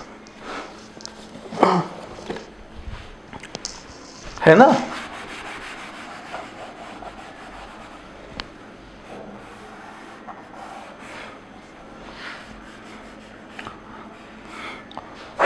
तो ये 2 क्वालिटीज जिस भी रिलेशन में होंगी वो फंक्शन कहा जाएगा। अगर आप इसको नहीं समझ पा रहे तो एक बहुत अच्छे एग्जाम्पल्स, हम आपको 2 एग्जाम्पल देंगे, उनसे आपको ये जरूर समझ में आ जाएगा। एक एग्जाम्पल समझो सन एंड फादर का, पिता और पुत्र का। देखो 2 बच्चों के एक पिता हो सकते हैं, 2 बच्चों के एक पिता हो सकते हैं, और बच्चों में ऐसा कोई बच्चा नहीं होगा जिसका कोई ना कोई पिता ना हो। तो आप अगर डोमेन को सन मान लो और कोडोमेन को फादर मान लो, तो आप इस रिलेशन से फंक्शन को बहुत अच्छे से समझ सकते हो। डोमेन में आप सन मान लो तो ऐसा कोई डोमेन नहीं होगा जिसका कोई ना कोई पिता ना हो। ऐसे ही फंक्शन में डोमेन में ऐसा कोई एलिमेंट ना होगा जिसकी कोई ना कोई रेंज ना हो। ठीक है ना? अब ऐसा हो सकता है कि 2 बच्चों के एक पिता हों, संभव है, ये देखो होता है जनरल फॉर्म में। लेकिन ऐसा नहीं होता है कि एक बच्चे के दो पिता हों, ठीक है ना। तो अगर ये डोमेन और रेंज वाला सिस्टम आपको परिभाषा से ना समझ में, तो आप ऐसे ध्यान रखिएगा कि आप डोमेन को सन और को डोमेन को फादर मान लीजिएगा, फिर आप इसको बहुत आराम से समझ लोगे। दोनों शर्तें आपको पता चल जाएंगी, दोनों कंडीशन कि भाई ऐसा कोई सन नहीं हो सकता जिसके कोई उधर पिता ना हो, और ऐसा इधर कोई एक सन नहीं होगा जिसके उधर दो पिता हो। मतलब डोमेन की हर हाल में कोई एक ही रेंज होगी, है ना, या डोमेन का हर हाल में को डोमेन में कोई एक ही एलिमेंट से रिलेशन होगा। और दूसरा, डोमेन का ऐसा कोई एलिमेंट होगा नहीं जिसका को डोमेन में रिलेशन ना हो किसी ना किसी एलिमेंट से। या आप इसको दूसरे एग्जांपल से समझो, लेटर और इधर कह दो लेटर बॉक्स। बात समझिएगा, कोई नहीं, लेटर और लेटर बॉक्स नहीं, लेटर और होम। अब समझना, ऐसा कोई लेटर नहीं होगा जिसको डिलीवर्ड होने के लिए कोई ना कोई घर ना हो। अगर लेटर लिखा गया है तो उसका कहीं ना कहीं एड्रेस जरूर होगा, ठीक है। तो आप डोमेन को लेटर मान लो कि ऐसा तो कोई लेटर होगा नहीं जो जिसको जाने के लिए कोई ना कोई पता ना हो। हाँ, ये हो सकता है दो या दो से अधिक लेटर किसी एक पते पर चले जाएं, हो सकता है, मगर ये कतई नहीं हो सकता है कि एक लेटर दो पते पर चला जाए। एक लेटर एक ही पते पर जाएगा और हर एक लेटर का कहीं ना कहीं कोई ना कोई पता होगा जरूर। बात समझ गए। हाँ, ये हो सकता है कि बहुत सारे पते ऐसे हो जिन पर कोई लेटर ना आए, हो सकता है, पॉसिबल है, मगर ये नहीं हो सकता कि कोई लेटर लिखा गया उसका कहीं जाने का कोई पता ना हो। तो ये जैसे मैंने आपको एक मैपिंग करके दिखाई, ये डोमेन है, इसको चाहे आप मान लो कि ये एक ऐसा पता है जहां पर कोई लेटर नहीं आया तो भी यहाँ फंक्शन है, या ये एक ऐसा पिता है जिसका इधर कोई बेटा नहीं है, पॉसिबल है। तो आप सन और फादर से या लेटर और होम के एग्जाम्पल से बहुत आसानी से समझ सकते हो कि फंक्शन क्या होता है। तो यहाँ पे मैंने लिख भी दिया है, ये तो आपको समझाने के लिए बताया कि A relation R from A to B is set to B function if. किसी रिलेशन आर जो ए से बी में है उसको फंक्शन कब कहेंगे, अगर if every element of a is uniquely related to b, कि ए का हर एक एलिमेंट का बी से कहीं ना कहीं रिलेशन जरूर होना चाहिए। तो देखो, ए में ऐसा कोई एलिमेंट नहीं जिसका बी में रिलेशन ना हो, ठीक है, पहली चीज पूरी हो गई। दूसरी चीज है nor two neither more than two, ना ही दो ना ही more than two elements of B. B की बात हो रही है कि बी में ना तो दो ना दो से ज्यादा elements of b related with single element of a. B में दो या दो से ज्यादा ऐसे एलिमेंट नहीं हो सकते जो कि ए के किसी एक एलिमेंट से रिलेटेड हो। बात समझ गए होंगे आप कि बी में दो या दो से ज्यादा ऐसे एलिमेंट नहीं हो सकते जो ए के सिंगल एलिमेंट से रिलेटेड हो। तो आप ये समझ गए होंगे। तो अब आप ये देख लो, फिर इस पे भी आगे के कुछ क्वेश्चन है वो कराए जाए। अब फंक्शन को समझ लेने के बाद में कि फंक्शन क्या होता है, फंक्शन पर बेस्ड क्वेश्चंस शुरू करते हैं, ठीक है ना। फंक्शन आप अच्छे से समझ गए होंगे, फंक्शन की परिभाषा क्या है। अब देखो question, r is equal to x comma y, y is equal to 2x, x comma Y belongs to n, इसका मतलब है x कॉमा वाई नेचुरल नंबर से बिलोंग करते हैं। इफ इट फंक्शन, क्या ये एक फलन है। अब आप बताइए, क्या x की कोई नेचुरल नंबर में ऐसी वैल्यू है जो हम x की जगह डालें जो y ना मिले। नेचुरल नंबर मतलब 1 2 3 4 5 6 ऐसे इनफाइनाइट तक। भाई x1 डालोगे y2 मिलेगा, x2 डालोगे y4 मिलेगा, x3 डालोगे y6 मिलेगा। तो पहली तो शर्त पूरी हो गई कि x यानी कि भाई ऐसे समझो, ये भी नेचुरल नंबर है और ये भी, क्योंकि ये x है, ये y है, और जो अपना फंक्शन दिया है वो f इज इक्वल टू है 2x। तो यहाँ पे 1 2 3 4 5 6 ये सब भरे हुए हैं। तो क्या यहाँ पर ऐसा कोई एलिमेंट है जिसको हम x की जगह डालें तो यहाँ पे ना मिले। 1 डालेंगे तो 2 मिलेगा, 2 डालेंगे तो 4 मिलेगा, 3 डालेंगे तो 6 मिलेगा, 4 डालेंगे तो 8 होगा। इस तरीके से x में ऐसा कोई एलिमेंट नहीं है। तो यही तो मैंने आपको फंक्शन में बताया था कि x यानी कि डोमेन में तो ऐसा कोई एलिमेंट नहीं है जिसकी यहाँ पे इमेज ना हो। तो वाकई में डोमेन में ऐसा कोई एलिमेंट नहीं जिसके वहाँ पे इमेज ना हो। तो पहली बात पूरी हो गई। दूसरी चीज, क्या डोमेन का कोई भी एलिमेंट कोडोमेन के 2 एलिमेंट पे जाता दिख रहा है। क्या ऐसा हो सकता है कि x की जगह कुछ हम डालें उसके 2 आंसर आ जाएं? ऐसा तो नहीं होगा। x की जगह कोई भी आप नेचुरल नंबर डालोगे उसका एक ही आंसर होगा, वो 2 से मल्टीप्लाई हो जाएगा। ये भी बात सही है। तो ना तो x में ऐसा कोई एलिमेंट है जिसके यहाँ पे 2 आंसर हों, और ना ही x में कोई ऐसा एलिमेंट है जिसका जो है आंसर वहां पे ना आता हो। तो दोनों बातें ये पूरी तरह, इसका मतलब ये फंक्शन है। ठीक है ना? तो पहला तो फंक्शन है।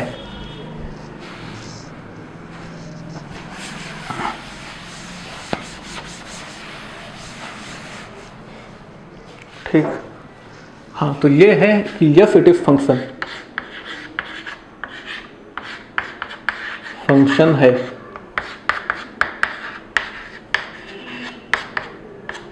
चलो, which relation is given, which relation is function given below. ये जो रिलेशन हमको दिए हुए इनमें से बताना है फंक्शन कौन सा है। देखते हैं भाई, याद रखिएगा, कोई चीज, कोई x का कोई एलिमेंट y में 2 एलिमेंट पे तो नहीं है। 2 1 पे है, 3 पे। देखो यहाँ पे x में 2 भी 1 पे जा रहा, 3 भी 1 पे जा रहा, मतलब इसे समझो 2 भी 1 पे जा रहा, 3 भी 1 पे जा रहा है। 2 भी 1 पे जा रहा, 3 भी 1 पे जा रहा। 2 पुत्र का एक पिता हो सकता है, फंक्शन है अभी। 4 2 पे जा रहा, तो यहाँ पर x में ऐसा कोई एलिमेंट नहीं जो 2 पे जा रहा हो, इसका मतलब ये फंक्शन है। ये तभी आपको दिखाया कि जहाँ पे कोई कंफ्यूज हो वो बना के देख ले कोई, है ना?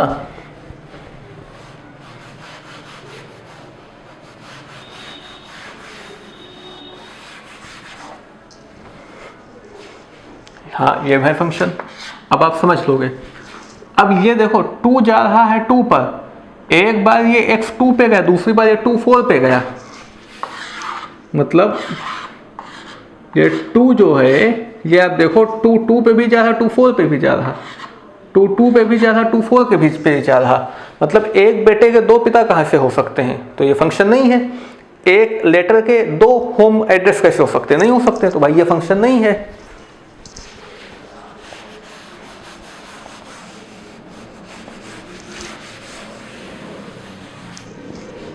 ठीक, ये फंक्शन नहीं है। समझ गए हमें फंक्शन को? 2 2 पे भी जा रहा, 2 4 पे भी जा रहा है। ये देखो 1 2 पे जा रहा, 2 3 पे, 3 4 पे, 4 5 पे, 5 6 पे, 6 7 पे, ये बिल्कुल फंक्शन है, क्योंकि यहाँ पर x में ऐसा कोई एलिमेंट नहीं जो 2 पे जा रहा हो, ये फंक्शन है।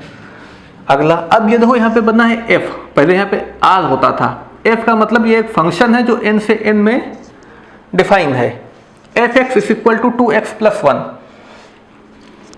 f(x) का मतलब function of x, function of x is equal to 2x plus 1 है, तो मुझे इनकी वैल्यू बतानी है।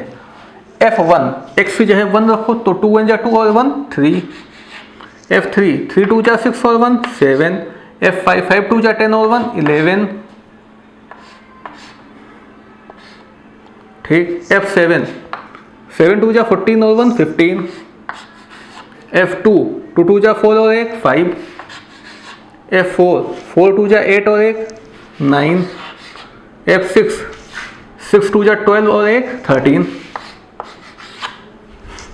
आगे आओ, which is the function given below. अब आपको बताना इनमें से फंक्शन कौन कौन है भाई। देखो x का कोई एक एलिमेंट 2 पर तो नहीं जा रहा, 2 1 पे जा रहा। x 2 बार देखो ना आए कोई, 2 1 पे जा रहा, 5 1 पे जा रहा, 8 1 पे, 11 1 पे, इसमें सारे एलिमेंट 1 पे ही जा रहे हैं, हो सकता है फंक्शन। भाई x को सन मानो, y को फादर मानो, तो एक फादर के कई सारे बच्चे हो सकते हैं, तो ये फंक्शन है, बिल्कुल फंक्शन है। ये देखो 2 1 पे जा रहा, 4 2 पे जा रहा, 6 3 पे जा रहा, 8 4 पे, 10 5 पे, 12, ये भी फंक्शन है। नहीं, ये फंक्शन नहीं है, ध्यान से देखना। 4 2 पे भी जा रहा है, 4 7 पे भी जा रहा है, ठीक है ना। 4 x को बेटा मानते, x को सन मानते हैं और y को फादर, तो 4 अगर बेटा है तो 4 का पिता 2 भी है यहाँ पे, और 4 का पिता 7 भी है, ठीक है ना। एक x एक से ज़्यादा कोडोमेन पर या एक से ज़्यादा y पर नहीं जा सकता है। यहाँ पर एक x जो 4 है वो 2 पे भी जा रहा है और 7 पे भी जा रहा है, तो ये फंक्शन नहीं है। x का हर हाल में कोई एक ही एलिमेंट होगा y में, ये फंक्शन है। 1 3 पे भी जा रहा है, 1 5 पे भी जा रहा है, पहली वाली बात हो गई। हर हाल में x का कोई एक ही एलिमेंट होना चाहिए y में, ये भी फंक्शन नहीं है। आगे के क्वेश्चन लो। Next question, f(x) is equal to 2x minus 5। f(x) जो है वो 2x माइनस 5 है। देन अपने को बताना है f0 कितना, f7, f माइनस 3। तो f0 कितना होगा, x की जगह जब 0 डालोगे तो 2 इंटू मल्टीप्लाई 0 0 हो जाएगा, यहाँ पे माइनस 5 बचेगा, तो f0 तो माइनस 5 हो जाएगा। ठीक, f7, अब x की जगह 7 डालो तो 7 2 जा 14, 14 में से 5 माइनस हो जाएगा तो 9 बचेगा।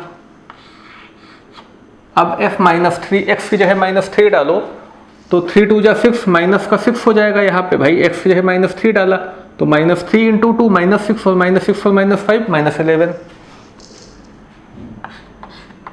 चलो ये तो हो गया। अगला question, TC is equal to 9C upon 5 plus 32। TC जो है वो 9C अपॉन 5 प्लस 32 है, तो ये वैल्यूज पता नहीं है। T0, अब जब C की जगह 0 आएगा तो ऊपर वाली जो संख्या है वो 0 हो जाएगी भाई, 9 से 0 मल्टीप्लाई तो 0, 0 अपॉन 5 ये भी 0, तो यहाँ क्या बचेगा, 32 बचेगा। ठीक, 28, अच्छा 9 मल्टीप्लाई 28 अपॉन 5 प्लस 32। अच्छा अब 9 8 जा 72, तो ये ऊपर हो गया आपका 252। अब ये प्लस है, इसको यहीं पे मल्टीप्लाई करे जाते हैं, तो 5 30 और 5 जा 18, देख लो 5 2 जा 10 0, 5 3 जा 15, और इधर वाला एक आया 16। समझ गए, 5 2 जा 10 0, कैरी आया 1, 5 3 जा 15, और उधर से एक कैरी आया 6 हो गया 16 5। ठीक, ऐड कर दो, 2 और 0 0, 5 और 6 11, 1 कैरी आया 1, 2 और 1 3, और उधर से कैरी 4। अगला क्वेश्चन, t की माइनस 10, यहाँ पे माइनस 10 डालोगे तो यहाँ पे माइनस का 90 हो जाएगा, माइनस का 90 अपॉन 5। हाइट c की जगह माइनस का, हाँ माइनस का 10 डाला तो माइनस का 90 अपॉन 5 प्लस 32। अब 5 से 90 कितनी बार में जाएगा, 5 1 जा 5, 4 बचा, 5 8 जा, हाँ 5 8 जा 40 ही तो होता है, तो माइनस 32 प्लस 18, तो 18 में से 32 माइनस कर दो, 18 और 2 20, 14, 14 आएगा प्लस का। ठीक है, अगला क्वेश्चन देखो, सही मैंने किया ना भाई, 18 2 20 और 12 उधर। ठीक है, if f is equal to 1, 1, 2, 3, 0, -1, -1, -3 इस function defined f z to z, मतलब इंटीजर से इंटीजर में डिफाइन है लीनियर फंक्शन। ये एक लीनियर फंक्शन है, ये एक फंक्शन है लीनियर फंक्शन, तो z से z में डिफाइन है। तो मुझे ये बताना है कि ये फंक्शन कौन सा है। तो if f is equal to, ये चीज़ दी हुई है, इस function define z to z linear function, तो इसमें फंक्शन बताना है कुल मिला के। Find function and domain and range. ठीक है, मतलब ये फंक्शन भी बताना है और इसमें डोमेन रेंज क्या है वो भी बताना है। ठीक है, अब भाई देखो इसमें क्वेश्चन, ये पूरा क्वेश्चन इसमें ये दिया है कि ये एक लीनियर फंक्शन है। तो लीनियर फंक्शन का मतलब होता है कि एक घात का फंक्शन है, मतलब सबसे ज़्यादा जो पावर वो 1 है, वो होता है y is equal to mx plus c. Linear function यही होता है, आपने देखा होगा जब पॉलिनोमियल, भाई लीनियर पॉलिनोमियल यही है ना, ये यहाँ फंक्शन की फॉर्म में है।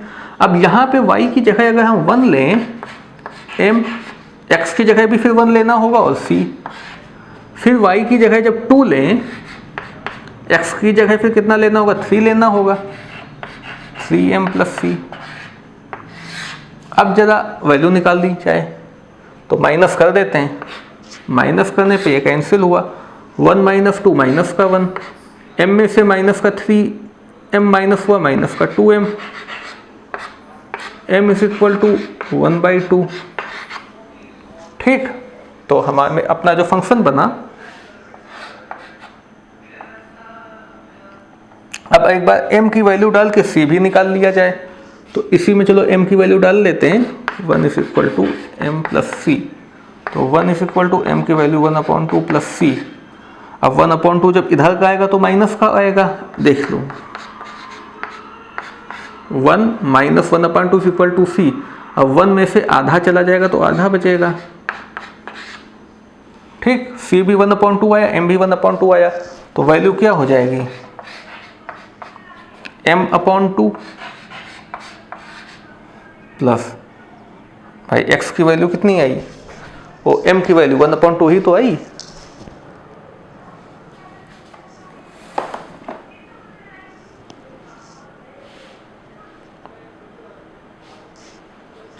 एक मिनट, क्या किया है, यहाँ पर x की जगह 2 रखना था, y की जगह 3 रखना था, मैंने उल्टा क्यों किया भाई। ये क्वेश्चन एक्चुअली लॉन्ग प्रोसेस कर दिए मैंने खुद ही। ये x था 2, तो 2 को यहाँ x की जगह रखना था, और y था 3, तो 3 की जगह y की जगह 3 रखना था। मैंने y की जगह 2 और x की जगह 3 रख दिया है, यही गलत हो रहा है। वही मुझे लगा कि m की पावर 1/2 कैसे बन सकता है, आज पता नहीं क्यों मुझसे इतना।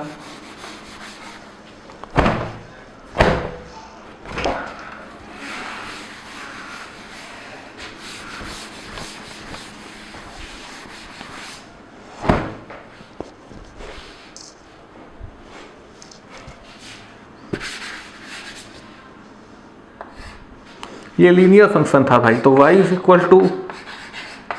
mx + c होगा। x और y यहाँ पर 1 1 है, तो y की जगह 1 कर दिया, x की जगह 1 कर दिया, तो m + c हो गया। अब की बार x की जगह 2 है, तो x की जगह 2 किया तो 2m हो गया। तो जब x की जगह 2 है तो y की जगह 3 होगा, 3 हो गया, प्लस c हो गया। माइनस कर दो, माइनस कर दो, माइनस करने पे ये कट गया, 1 में से 3 जाएगा तो माइनस का 2 आएगा, यहाँ पे माइनस का m आ जाएगा। तो माइनस से माइनस कैसे समझ गए ना, m में से माइनस का 2, m में से 2m माइनस हो तो माइनस का m बचा, m = 2 हो जाएगा। अब m 2 हो जाएगा तो c की वैल्यू यहाँ से निकाल लो, 1 = m + c। ठीक, तो 1 = m की जगह 2 + c। ठीक, अब 2 इधर आया तो c = -1।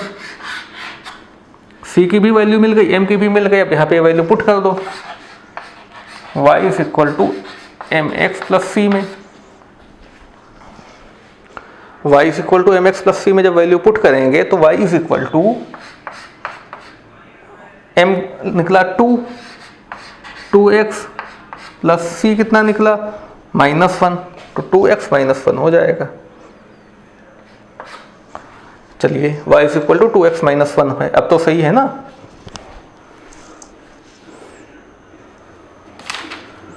हाँ, अब ठीक है। NCERT में मैंने क्वेश्चन देखा, फिर डाउट हुआ कि ये क्या गलत हो रहा है।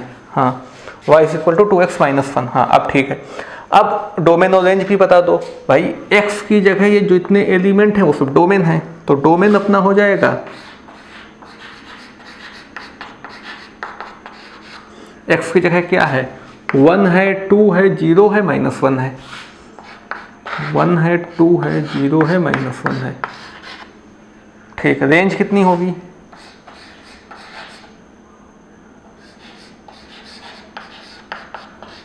जो y की जगह हो, 1 3 -1 -3।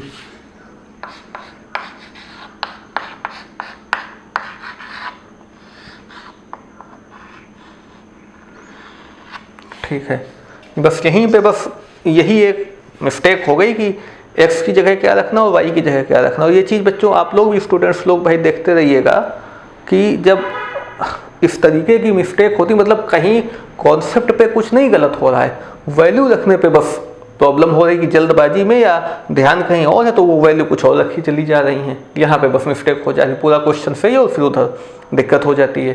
तो ये चीज़ आप लोग भी ध्यान दीजिएगा, क्योंकि यहाँ पर जब मिस्टेक हो रही तो आप रिलेट कर पा रहे होंगे कि किस तरीके से दिक्कत इस तरह हो जाती है।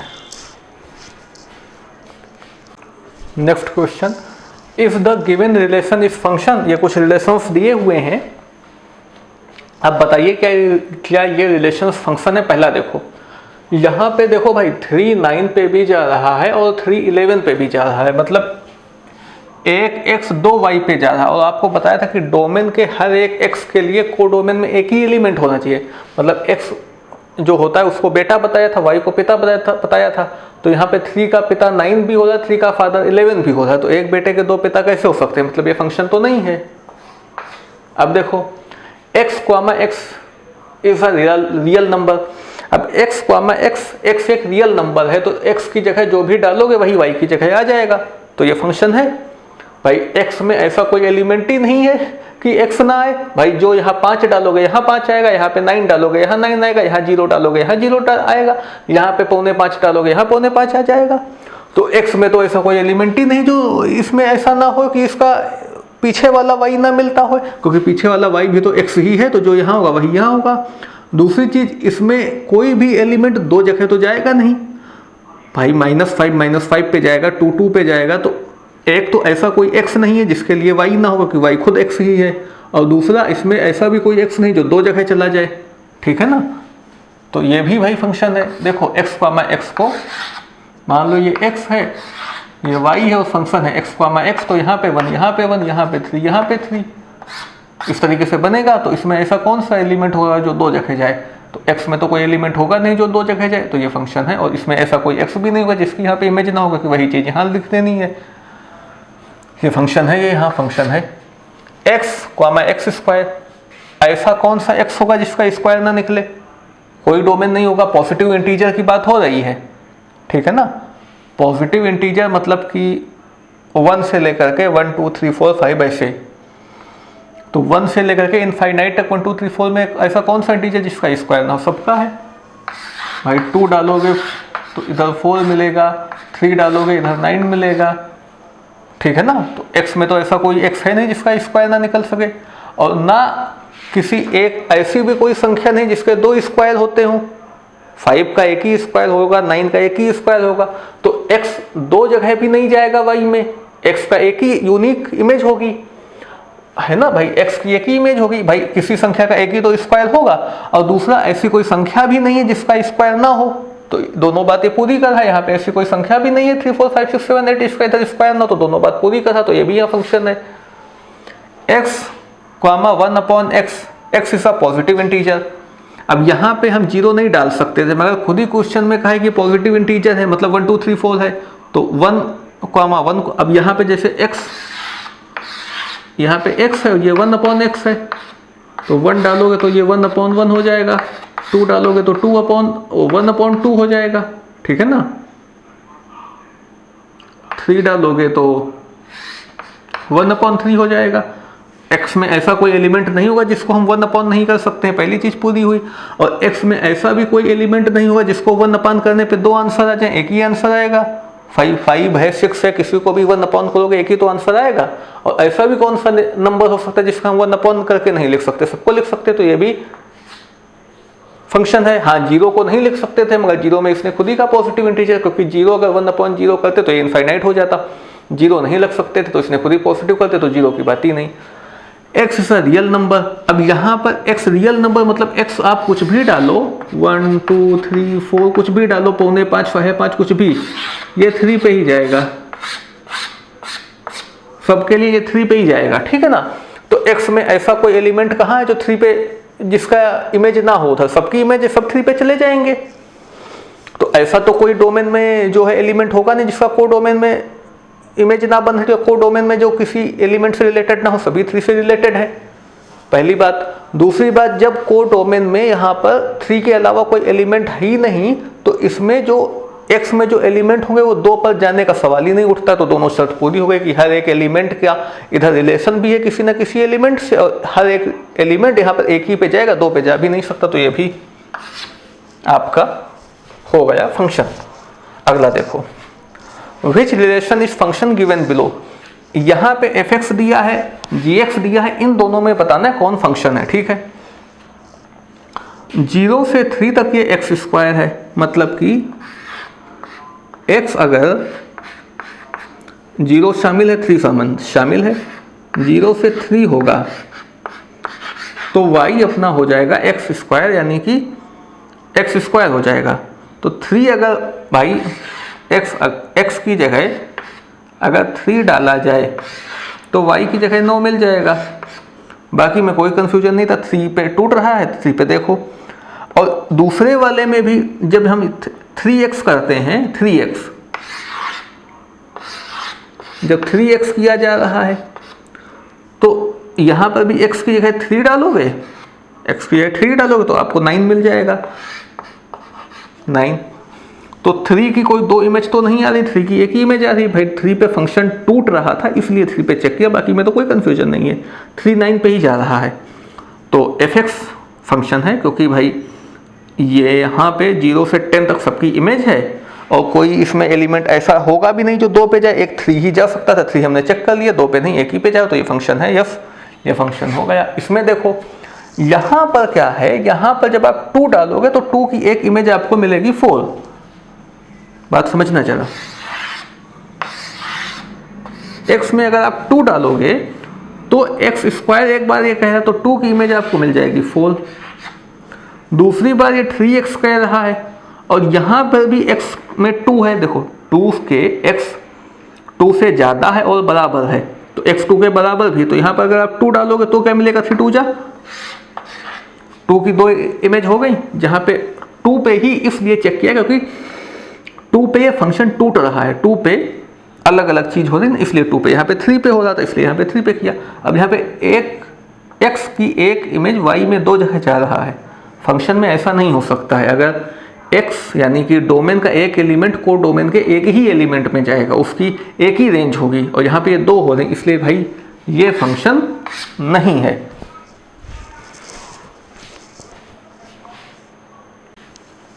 नेक्स्ट क्वेश्चन हैं fx is equal to x square. fx जो है वो एक्स स्क्वायर है, then f of 1.1 minus 1 upon 1.1 minus 1 की वैल्यू बतानी है। ठीक है, बता देंगे।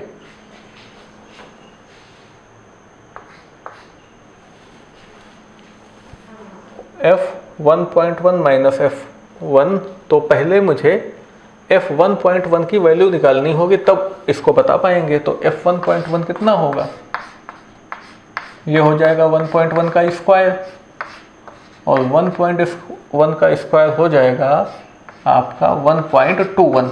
1.21 ये हो जाएगा 1.1 का स्क्वायर। ठीक है ना। तो इसकी जो वैल्यू आएगी ये यहाँ पे लिख रहा हूँ।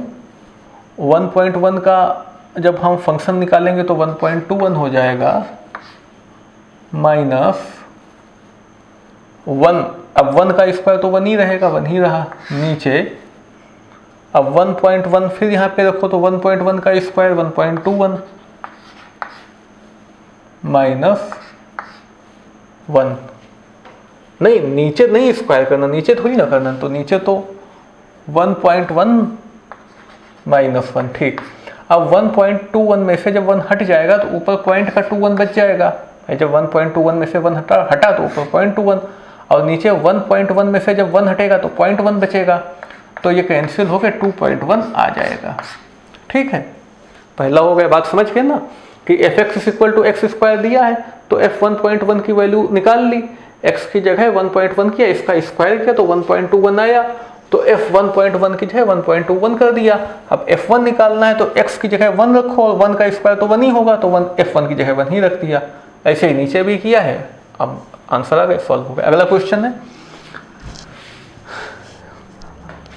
Are a, b such that a, b belongs to n और a is equal to B square है। If defined n to n मतलब नेचुरल नंबर से नेचुरल नंबर में डिफाइंड है, देन फाइंड ट्रू और फॉल्स, मतलब ट्रू फॉल्स बताना है। ये फंक्शन है, इसके लिए ट्रू फॉल्स बताना है। तो देखो भाई a comma a belongs to r, मतलब a कॉमा इस रिलेशन में बिलोंग करता है for all a belongs to n यानी नेचुरल नंबर में। अब देखो क्या इस फंक्शन में सब जो a है वही a आएगा क्या? अगर हम b की जगह 1 डालें तो 1 का स्क्वायर होकर a भी 1 मिल जाएगा, ठीक है, क्योंकि a इसी का स्क्वायर है। मगर अगर हम b की जगह 2 डालेंगे तो क्या हमें a2 मिलेगा? बिल्कुल नहीं मिलेगा, क्योंकि 2 का स्क्वायर तो 4 होता, तो यहाँ पे 4 मिल जाएगा। और ये क्या बोल रहे हैं कि a कॉमा a रिलेशन में मिलेगा for all a belongs to n, मतलब a जितने भी नेचुरल नंबर हैं उन सबके लिए a कॉमा a रिलेशन में होगा। तो 2 नेचुरल नंबर है, 2 के लिए a कॉमा a मतलब 2 कॉमा 2 कहाँ इसमें बिलोंग कर रहा है? नहीं बिलोंग कर रहा है। तो ये चीज़ सही कहाँ हुई? सही अगर होती तो यहाँ पे 2 करते तो यहाँ पे 2 आता, जब मुझे a बराबर b स्क्वायर दिया है। एक मिनट, b अगर सही तो है भाई, b को 2 डाला तो a जो है वो 2 का स्क्वायर 4 हो गया। अगला देखो, ये कहते हैं a comma b belongs to r होगा, तो क्या b कॉमा a भी बिलोंग टू r करेगा? मतलब कि अगर 4 कॉमा 2 बिलोंग करेगा r में, ठीक, तो क्या 2 कॉमा 4 भी r में बिलोंग करेगा? देखो क्या है, a जो है वो b के स्क्वायर के बराबर है, तो 2 क्या 4 के स्क्वायर के बराबर है? a b के स्क्वायर के बराबर मुझे रिलेशन दिया है, तो 2 क्या 4 के स्क्वायर के बराबर है? नहीं है, ये तो नहीं बिलोंग करेगा भाई। अगर हम यहाँ पे 4 लिखेंगे तो 4 का स्क्वायर यहाँ पे 16 लेना पड़ेगा, ये होगा रिलेशन में, ये तो नहीं होगा। और ये क्या कह रहे हैं कि a कॉमा b अगर रिलेशन में है तो b कॉमा a भी होगा, मतलब 4 कॉमा 2 है तो 2 कॉमा 4 भी होगा, मतलब 2 कॉमा 4 रिलेशन में नहीं होगा, तो ये भी बात इनकी गलत है। आगे देखो, a कॉमा b बिलोंग कर रहा है r में, b कॉमा c r में बिलोंग कर रहा है, ठीक है, then a comma c belongs to r, मतलब अगर a कॉमा b बिलोंग करेगा r में, b कॉमा c r में बिलोंग करेगा, तो क्या a कॉमा c भी r में बिलोंग करेगा? देख लेते हैं, बात समझो। मान लो हम b की जगह 2 लें तो a मिल जाएगा 4, क्योंकि 2 का स्क्वायर हो जाएगा, ठीक है। अगर हम, अच्छा ये हुआ b, अब मुझे ऐसी चीज लेनी है, तो फिर एक काम करो, जब ये बात है तो एक सेकंड, हम b की जगह लेंगे 4, b की जगह लिया 4 तो a मुझे मिला 16, ठीक।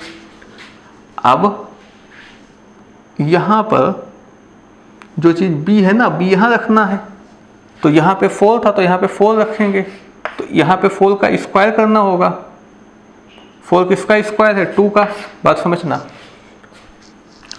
a जो है, एक मिनट, 4 का स्क्वायर 16, 2 का स्क्वायर 4, ठीक तो है। a comma b 16 comma 4, 4 comma c, ठीक है। a जो है वो b का स्क्वायर है भाई, ये a है यहाँ पे, ये b है। अब आप देखो a क्या इसके स्क्वायर के बराबर है? हाँ है, मतलब 16 कॉमा 4, 16 कॉमा 4, 16 कॉमा 4 रिलेशन में है, ठीक है। 4 कॉमा 2 भी रिलेशन में है, ठीक है।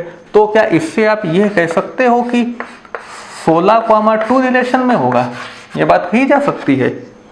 अगर 16 कॉमा 4 रिलेशन में है और 4 कॉमा 2 रिलेशन में है, तो क्या 16 का 2 से रिलेशन होगा? कहाँ होगा? क्योंकि जो 16 है वो 2 का स्क्वायर कहाँ है, और होना क्या चाहिए? a b का स्क्वायर होना चाहिए। a जो है वो b के स्क्वायर के बराबर होना चाहिए। तो जो a है वो 2 का स्क्वायर यानी 4 के बराबर कहाँ है? नहीं, तो ये रिलेशन में कहाँ आ रहा? बिल्कुल नहीं आ रहा। तो ये बात सही कहाँ है? ये भी गलत है।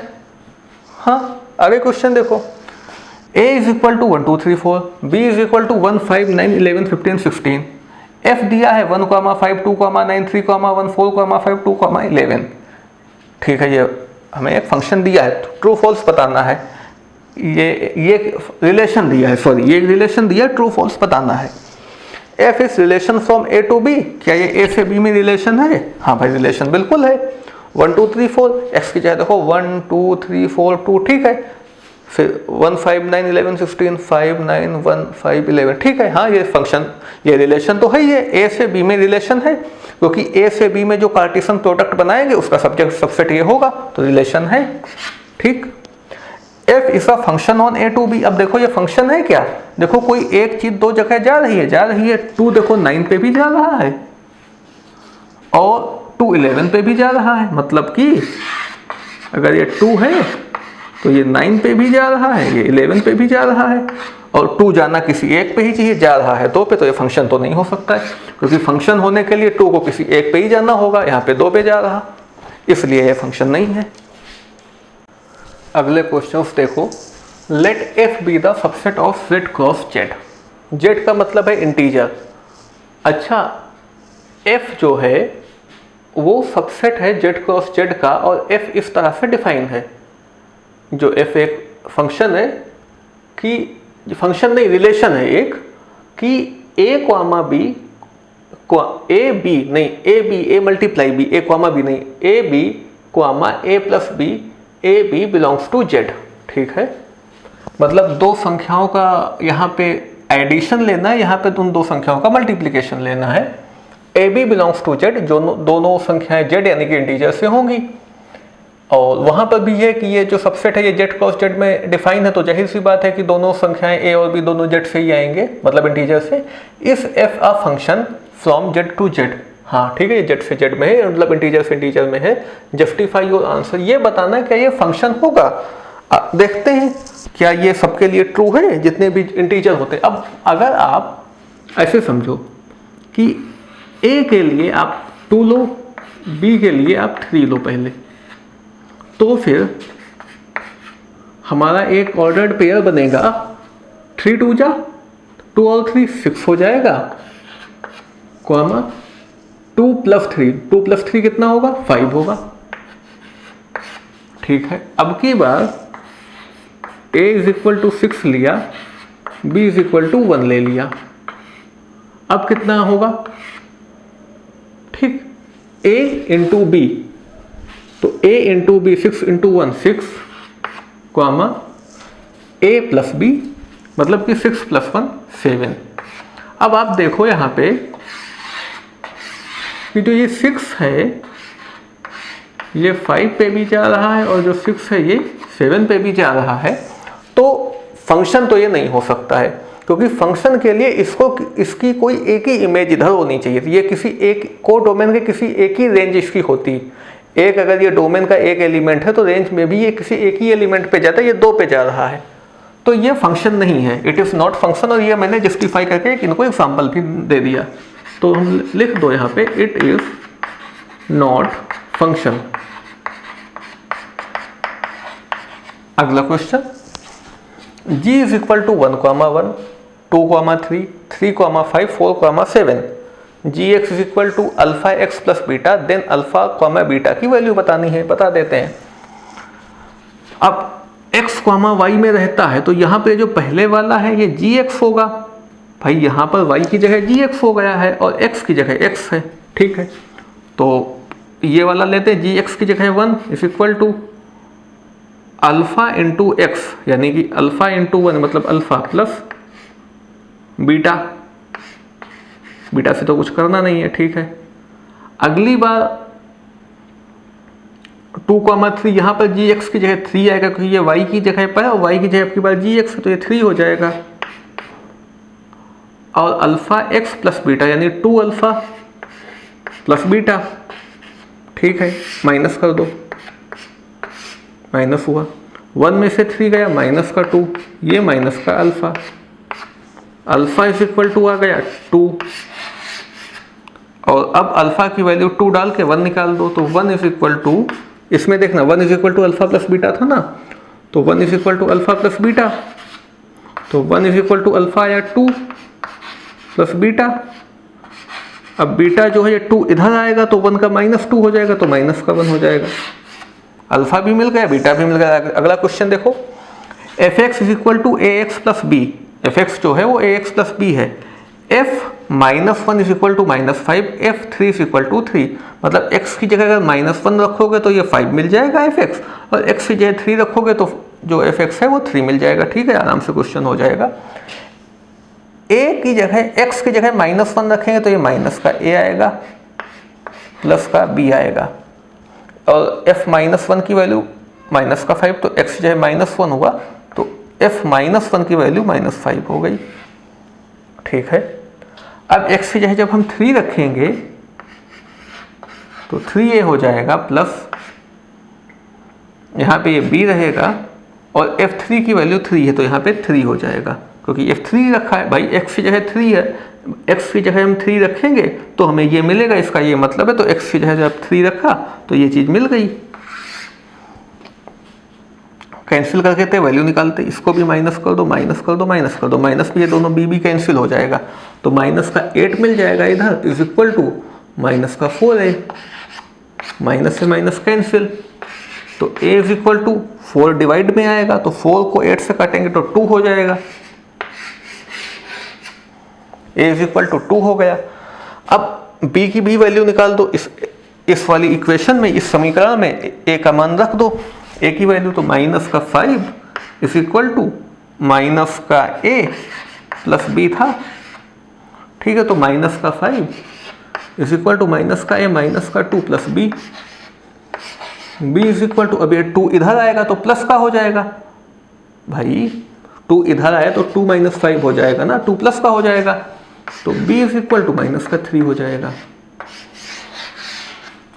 तो अब यहाँ पर अपना ये जो आज का जो अपना लेक्चर था, जो आज की अपनी क्लास थी, अपना वीडियो अब अपना यहीं पे आज ख़त्म करते हैं। कल अब आज देखो रिलेशन और फंक्शन कंप्लीट हो गया है, मतलब चैप्टर नहीं कंप्लीट हुआ, ये जो अपना फंक्शन स्टडी पॉइंट था, रिलेशन स्टडी पॉइंट और फंक्शन स्टडी पॉइंट, ये कंप्लीट हुआ है। जब हम लोग अगली बार शुरू करेंगे तो रिलेशन और फंक्शन के डोमेन नहीं, रिलेशन के नहीं, केवल फंक्शन के, रिलेशन के तो डोमेन रेंज हम लोगों ने देख लिए, अब फंक्शन के डोमेन और रेंज कैसे निकालने वो देखेंगे नेक्स्ट क्लास में, है ना। Thank you.